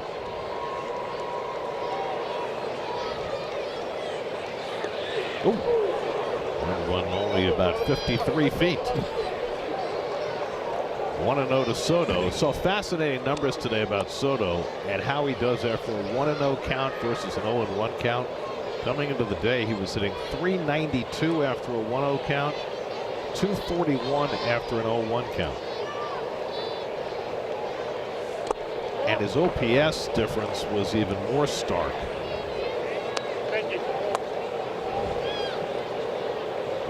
1406 when he gets ahead, 594 when he gets behind. That makes sense. But that's crazy. The average differential is 212 points. His differential is 812 points.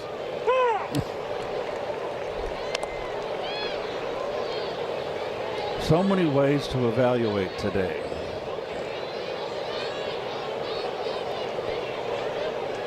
Yes, the answer is make sure you throw him strike one. And now it's 3-1 to Soto with Mark Vientos on deck. 2 out and nobody on. You know exactly what Soto's trying to do. Trying to get a ball that he can lift and hit out of the ballpark. That's what he does a lot.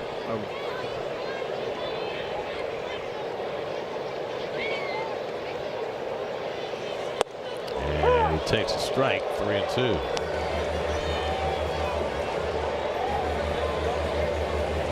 Thought it was up close. Soto and Beater were teammates with the Yankees a couple of years ago. Well, I don't know. Mets are out of challenges, so it didn't matter. 3-2 to 1. And he tries to hold, and he stopped it in time, ball 4. And so the Mets have a 2-out base run.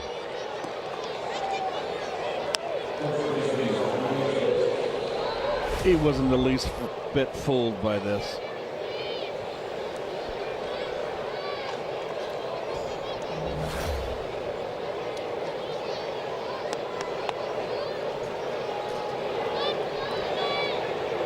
Soto has not been doing much running this year. See if he thinks about trying to steal one with Vientos up. And Mark takes a slider for a strike. Vientos 0 for 3 today, 3 for 16 in this series.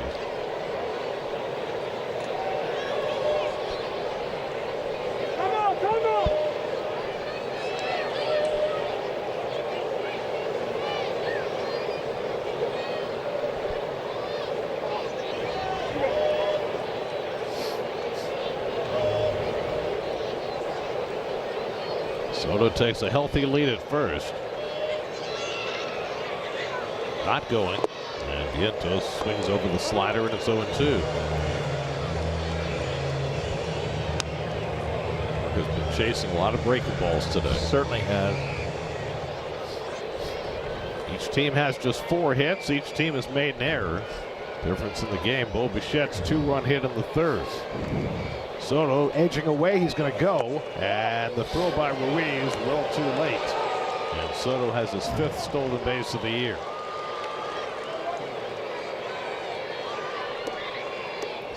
This is how he got so many of his steals last year. No, they just let him get way too far off there. And he dances off there, and they never throw over. Well, they had him picked off if he threw over. I mean, he would. 1-2. And that goes to the backstop, and that'll send Soto to third. A very wild pitch by Beater.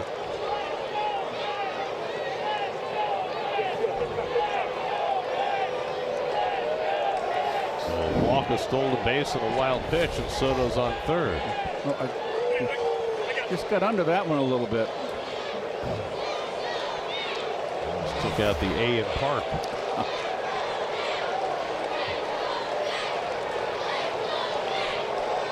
Peter needs a moment.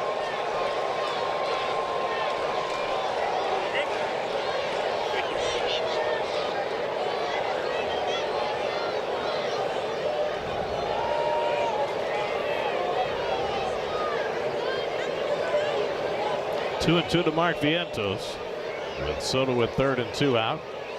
And Mark lays off the slider, and it's 3-2. Brett Beatty would be next. Vientos has been at his best with runners in scoring position this year. 333 this year in RBI situations.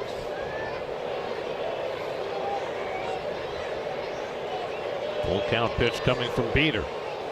And he struck him out with a slider. Side retired. Second strikeout for Beater. Still 2-1 Mets to the bottom of the 8th. Game live.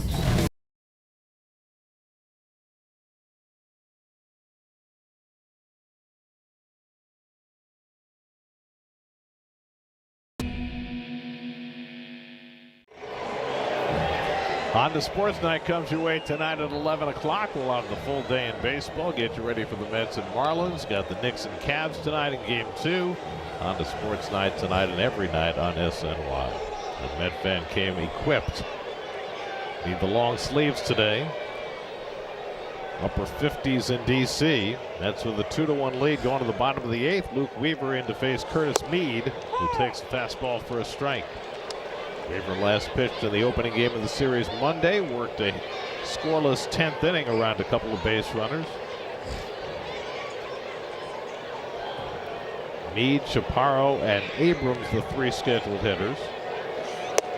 And it does not appear as though Blake Butura is going to go to his lefty platoon here against Weaver.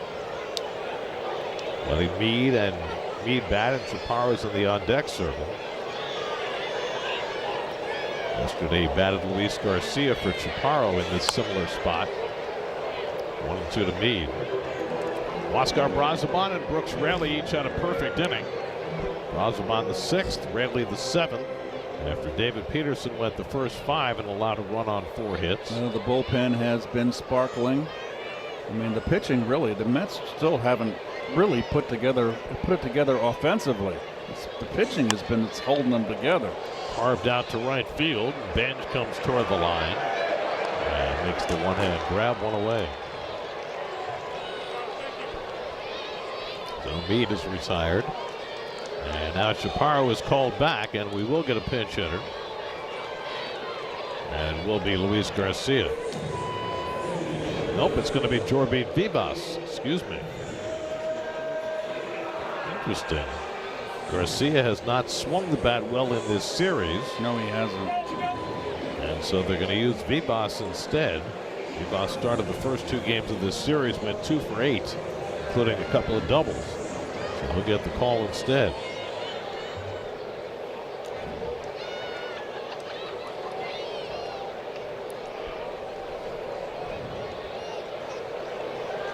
One out and nobody on.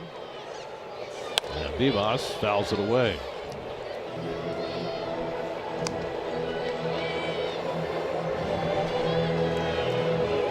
Vivas was teammates with Weaver with the Yankees last year. Facing him for the first time. And Luke misses low and away with a fastball, 1-1. That's bullpen has gone 7 up and 7 down, and going back to Peterson's stint, 10 straight Nats have now been retired.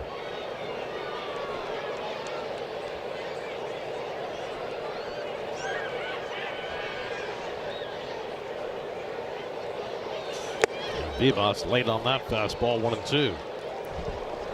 Luke Weaver comes into this stint having thrown 7 consecutive scoreless outings. The A relievers in the Mets bullpen have just been sparkling. Brazoban, Raley, Weaver, Williams. They've all been on a great roll. Weaver's been throwing his fastball more. Vivas goes down on the changeup, and they're a 2-man down. He's throwing his fastball more, and it's just setting up his changeup, which is outstanding. Here's your out pitch. Look at the sink.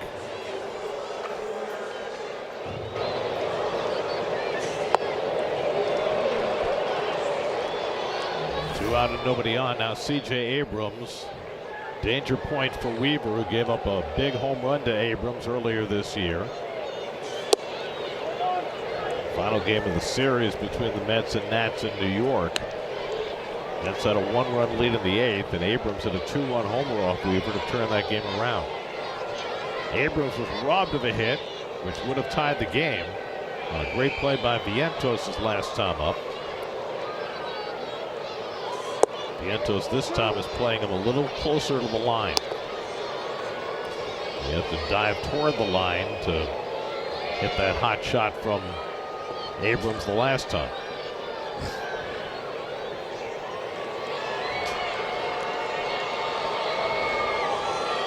Weaver behind 2-0. And Abrams takes low and away, ball 3. Wilden Cruz, a right-hand hitter, waiting on deck. Well, you know Abrams has the green light, 3-0. 10 home runs this year, tied for the National League lead in RBIs. And it's a 4-pitch walk. So Weaver pitching carefully, walks Abrams, who's now aboard as the tying run, and a guy who can steal a base. Yeah, he's got 7 stolen bases, caught 4 times. Last year he was 31 of 34.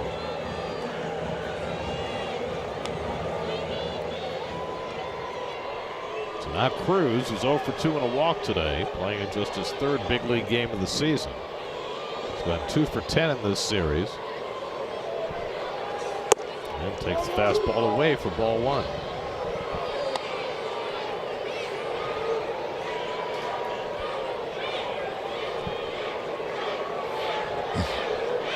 Weaver generally does a good job holding runners. He's already got 1 pickoff this year. And Cruz takes the fastball down, and that's 6 in a row out of the strike zone from Luke after getting the first 2 outs.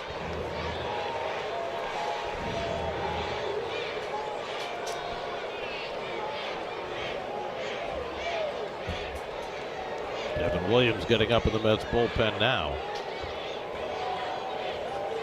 2-0. Cruz flies 1 foul off the right side. That'll go out of play. Well, there was your fastball that you missed right there. You worked the 2-0 count, and you got your fastball and you fouled it back. Williams getting to work. Hoping he won't be needed till the 9th.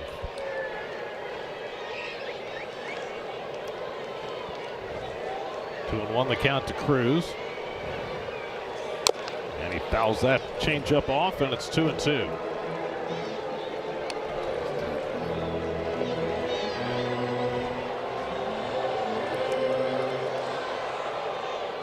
So Luke has worked his way back into the count.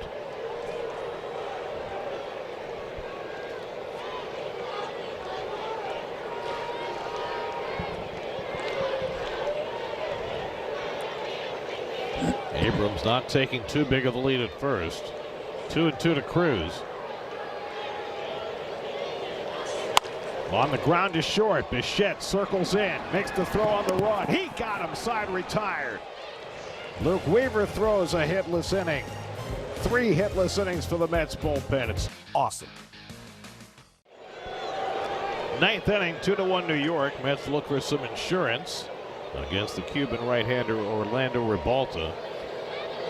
He appeared in this series, had a clean inning, looked impressive. Little cutter on the fastball. Robbie Vivas stays in the game in 3rd. Curtis Mead moves over to 1st. Brett Beatty has the last Met hit, a single leading off the 4th inning. That's bunched 3 hits in the 3rd inning when they scored their 2 runs. Beatty led off the 4th with a hit, and they haven't had one since. So far it's been enough, and Devin Williams is up in the bullpen getting ready to try and save this one. He's looking for a split of this 4-game series before they head to Miami. 0-2 to Beatty. Takes changeup low and away, 1-2.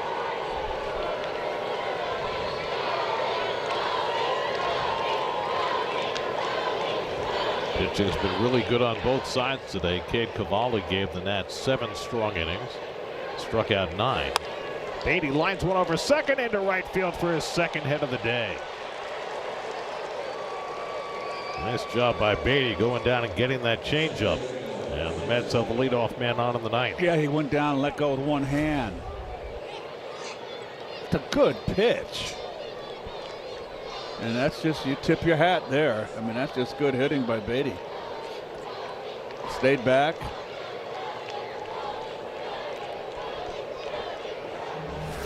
Now Marcus Semien is looking for some insurance in the 9th. Semien's gone 0 for 3 today. And he chases a slider for strike 1.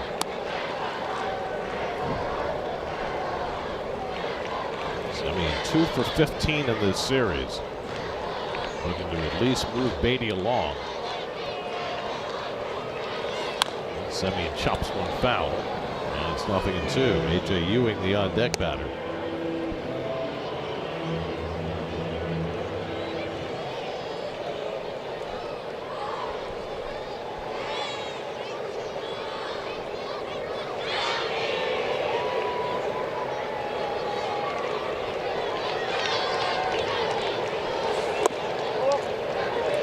Reeves knocks that one down to prevent a wild pitch.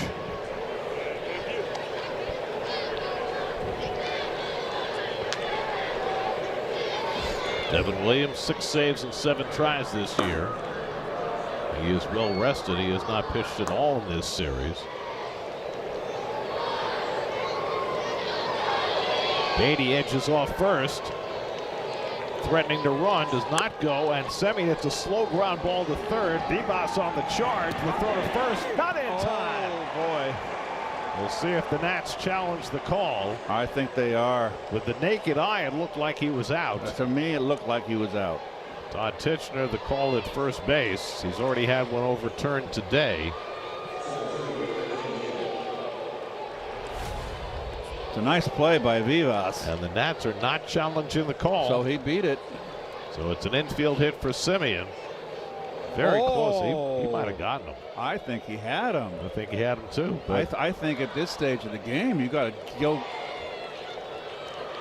Boy, you gotta challenge. now they look for the bunt from Ewing, and AJ gets the bunt down. Rebalta has to go to first with it, and it's dropped, and the bases are loaded. No, my. Nunez dropping the throw at first base. Nunez, who's been so impeccable in this series, unable to catch that throw from Rebalta, and the Mets have the bases loaded and nobody out. Wow.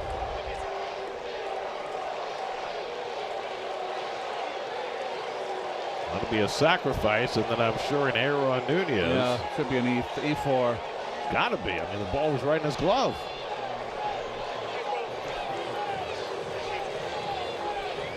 So it's an assist for the pitcher, an error on the second baseman, a sacrifice for Ewing, who didn't have one his entire professional career until the other day against the Yankees. Now he's got 2. So that is now the 49th error for this ball club? Yeah, 2 in this game, 49 for the year. So now the Mets with a chance to break this game open. Leading 2-1 in the 9th. Bases loaded, nobody out, and MJ Melendez coming up. Melendez has twice been hit by pitches in this game. Also flied to right, so he's 0 for 1. The infield comes in. And Melendez cranks that one foul. Melendez barely missed a home run his last time up, hitting one foul in the second deck. That time a little too quick. Melendez already been hit twice with pitches in this game. No Met has ever been hit 3 times in one game. He runs into one here, forcing a run. Ball and a strike to MJ. Beatty led off the inning with a single to right. Semien an infield hit, and then Ewing with a sacrifice, and then safe on the air.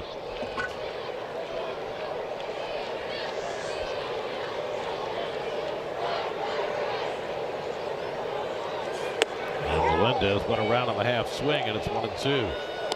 Luis Torrens is the on-deck batter. Rebalta, who had an easy inning on Monday, having a much rougher time of it here in the 9th.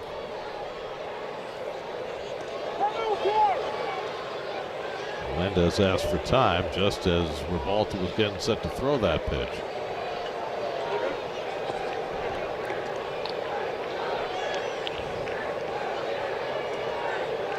The 28-year-old Orlando Rebalta deals the 1-2 to Melendez. And he hooks that one down the right field line. Foul.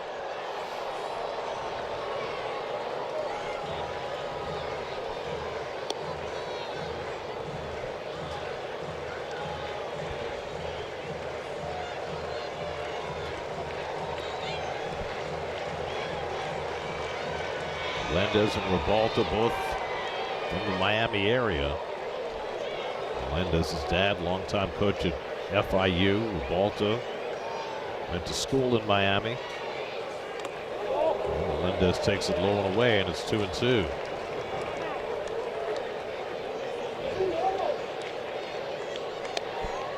Beatty at third, Semien at second, Ewing at first.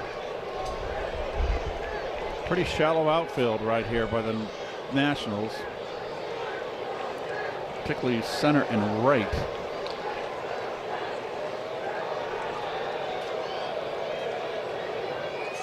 And Melendez goes down swinging on the high fastball, and Rebalta has the first out of the inning.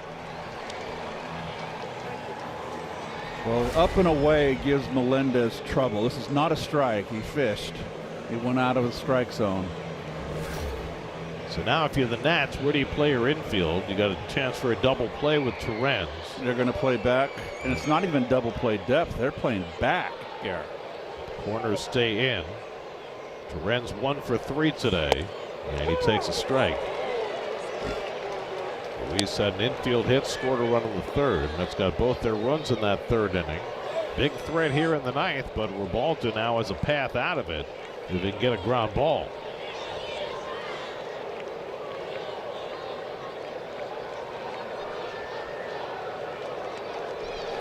And Torrens floats one over second, and Nunez is there to make the grab, and everybody gets back. So Nunez, after dropping the throw at first base, makes up for it with a pretty play, picking off that looping line drive for the second out. Boy, is he quick, Gary. He just got a great jump. Right in the webbing of the glove. Just a fine play. So now there are 2 out. And Rebalta with a chance to get out of it with Carson Benj coming up. Benj is 1 for 4 today. And a base hit back in the third. And Carson almost got hit by that pitch. I don't know how he got out of the way.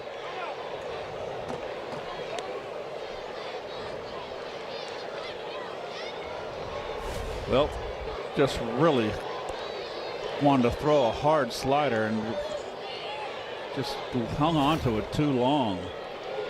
Ruiz did well to keep that from going to the backstop. Nets are now 2 for 10 with runners in scoring position today. Benj looking for the 2-out hit.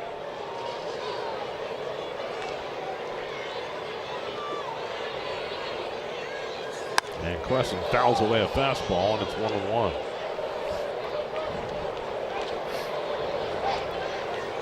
The bottom of the ninth, the Nats will have Lyle, Young, and Nunez up against Devin Williams. Tobias Myers getting up as well, presumably in case the Mets put up a whole bunch more runs. Well, like a bases loaded double to score 3. Benj takes that fastball high, and it's 2-1. The Nats still have 2 challenges left, ABS challenges. The Mets ran out in the middle of the game. In case it comes down to a close pitch in this at bat. 2-1 coming. And Benj tries to hold. He took the slider for a strike, and it's 2-2. Oh, he dropped a good tight slider on him. 2-1. Little late break down.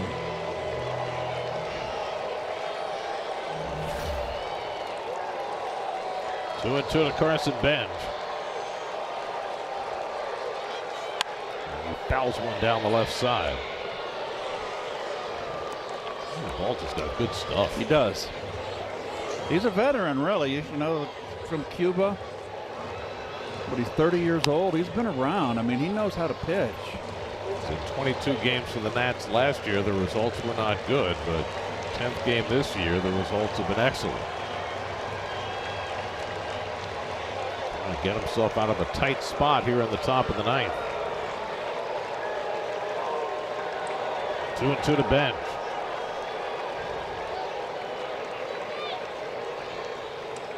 Long hold. And he stopped the swing, full count. So now the merry-go-round will be in motion. Beatty, Semien, and Ewing will all be running. 3 and 2, 2 down.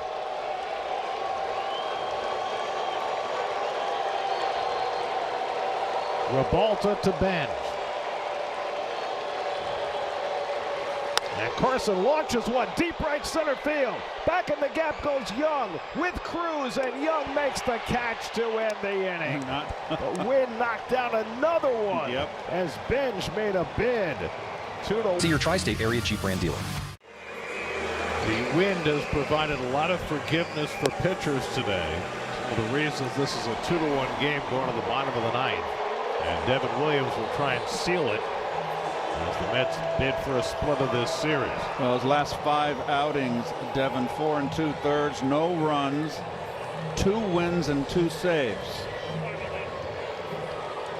Dylan Lyle will lead off for the Nats in the last of the ninth. Mets bullpen has been impeccable so far. Brazoban, Raley, and Weaver each with a hitless inning.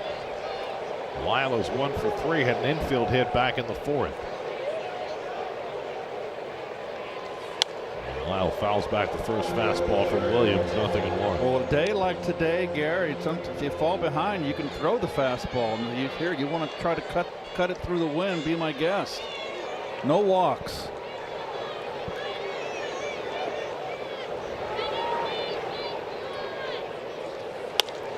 In the air to center field. Ewing's going to have to come in as the wind blows it in, And Ewing dives and makes the catch. No, he dropped it. He dropped the ball.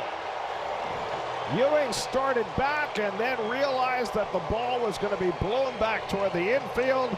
Came charging as hard as he could and could not hold on.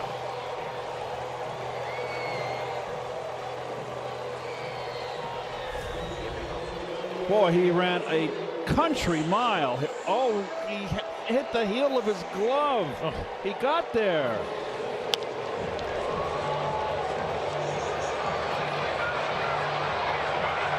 Oh, he called off Bichette. He had it, and he just got it in the heel of his glove.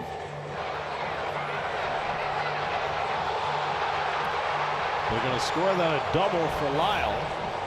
And now the tying run is at second with nobody out. Luis Garcia is going to bat for Jacob Young. He's going to bunt to give the left-hand hitter against Williams. Garcia 1 for 7 in his career against Devin Williams. Well, the wind has been taking away from the hitters all day. That time it provided some solace for Dylan Lyle, who winds up at second base with a fly ball double. And Devin Williams has his work cut out for him.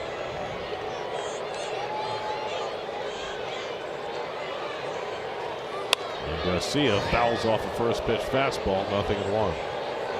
So they're not bunting a left-hand hitter. I can see that. You got to look. You got to do something. If you're the hitter, you got to get the runner over here. Minimum. Garcia's 1 for 10 in this series. Switch hitting Nasim Nunez is up next. Lyle, good speed at second. And good fastball pitch on the inside corner, but Garcia is going to challenge the call. It's close. It's a good time to challenge. The Nats have 2 left in the 9th inning. I say it missed. No, it got there. That is a good pitch. You know, Gary, the changeup is a pitch that the left-hand hitter is going to be more inclined to be able to pull. So very smart. 2 pitches went right after him with the fastball. Now it's 0-2 to Garcia.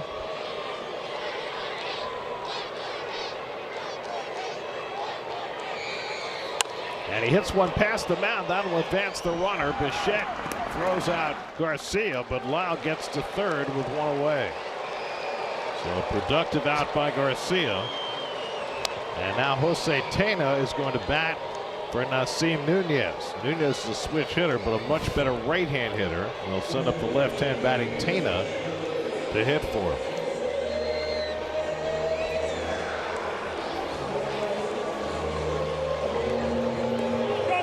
Tena started the first 2 games of this series, 2 for 10 with a double and a home run. Infield comes in, tying run at third with 1 out.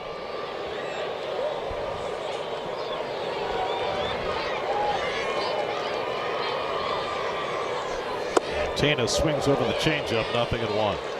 Boy, he gets a lot of sink on that changeup. They call it the air bender. Yeah, yep. first base side of the rubber. Lays off that changeup, and now it's 1-1. Gabriel Ruiz is the on-deck batter. Another switch hitter who's much better from the right side than the left.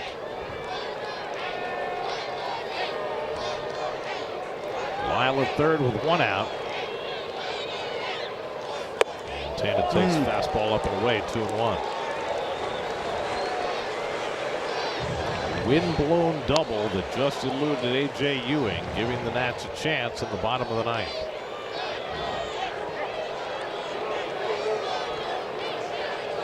Williams didn't like the feel of the baseball, asked for another.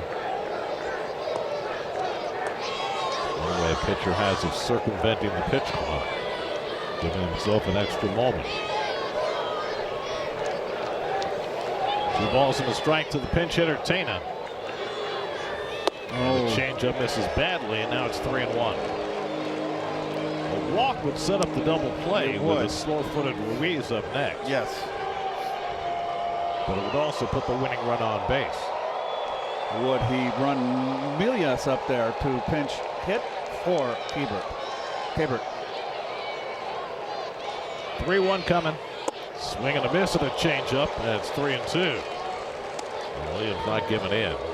He needs a strikeout, and he wouldn't be heartbroken with a walk. So he's going to try and get Tana to chase that change. Now it's 3-2.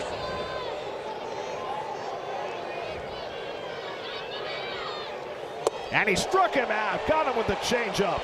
2 men down. Not a strike. Big time pitching from Williams. Fell behind 3-1, threw him back-to-back changeups and struck him out. Almost sidearm when he throws that changeup. So now the Nats are down to their final out with the tying run at third. Gabriel Ruiz has 2 hits today as a right-hand batter. He's hitting just 189 as a left-hand batter this year, and he's the final hope for the Nats. 0 for 3 in his career against Devin Williams. And Ruiz grounds one on the right side. Semien is there, and the ball game is over.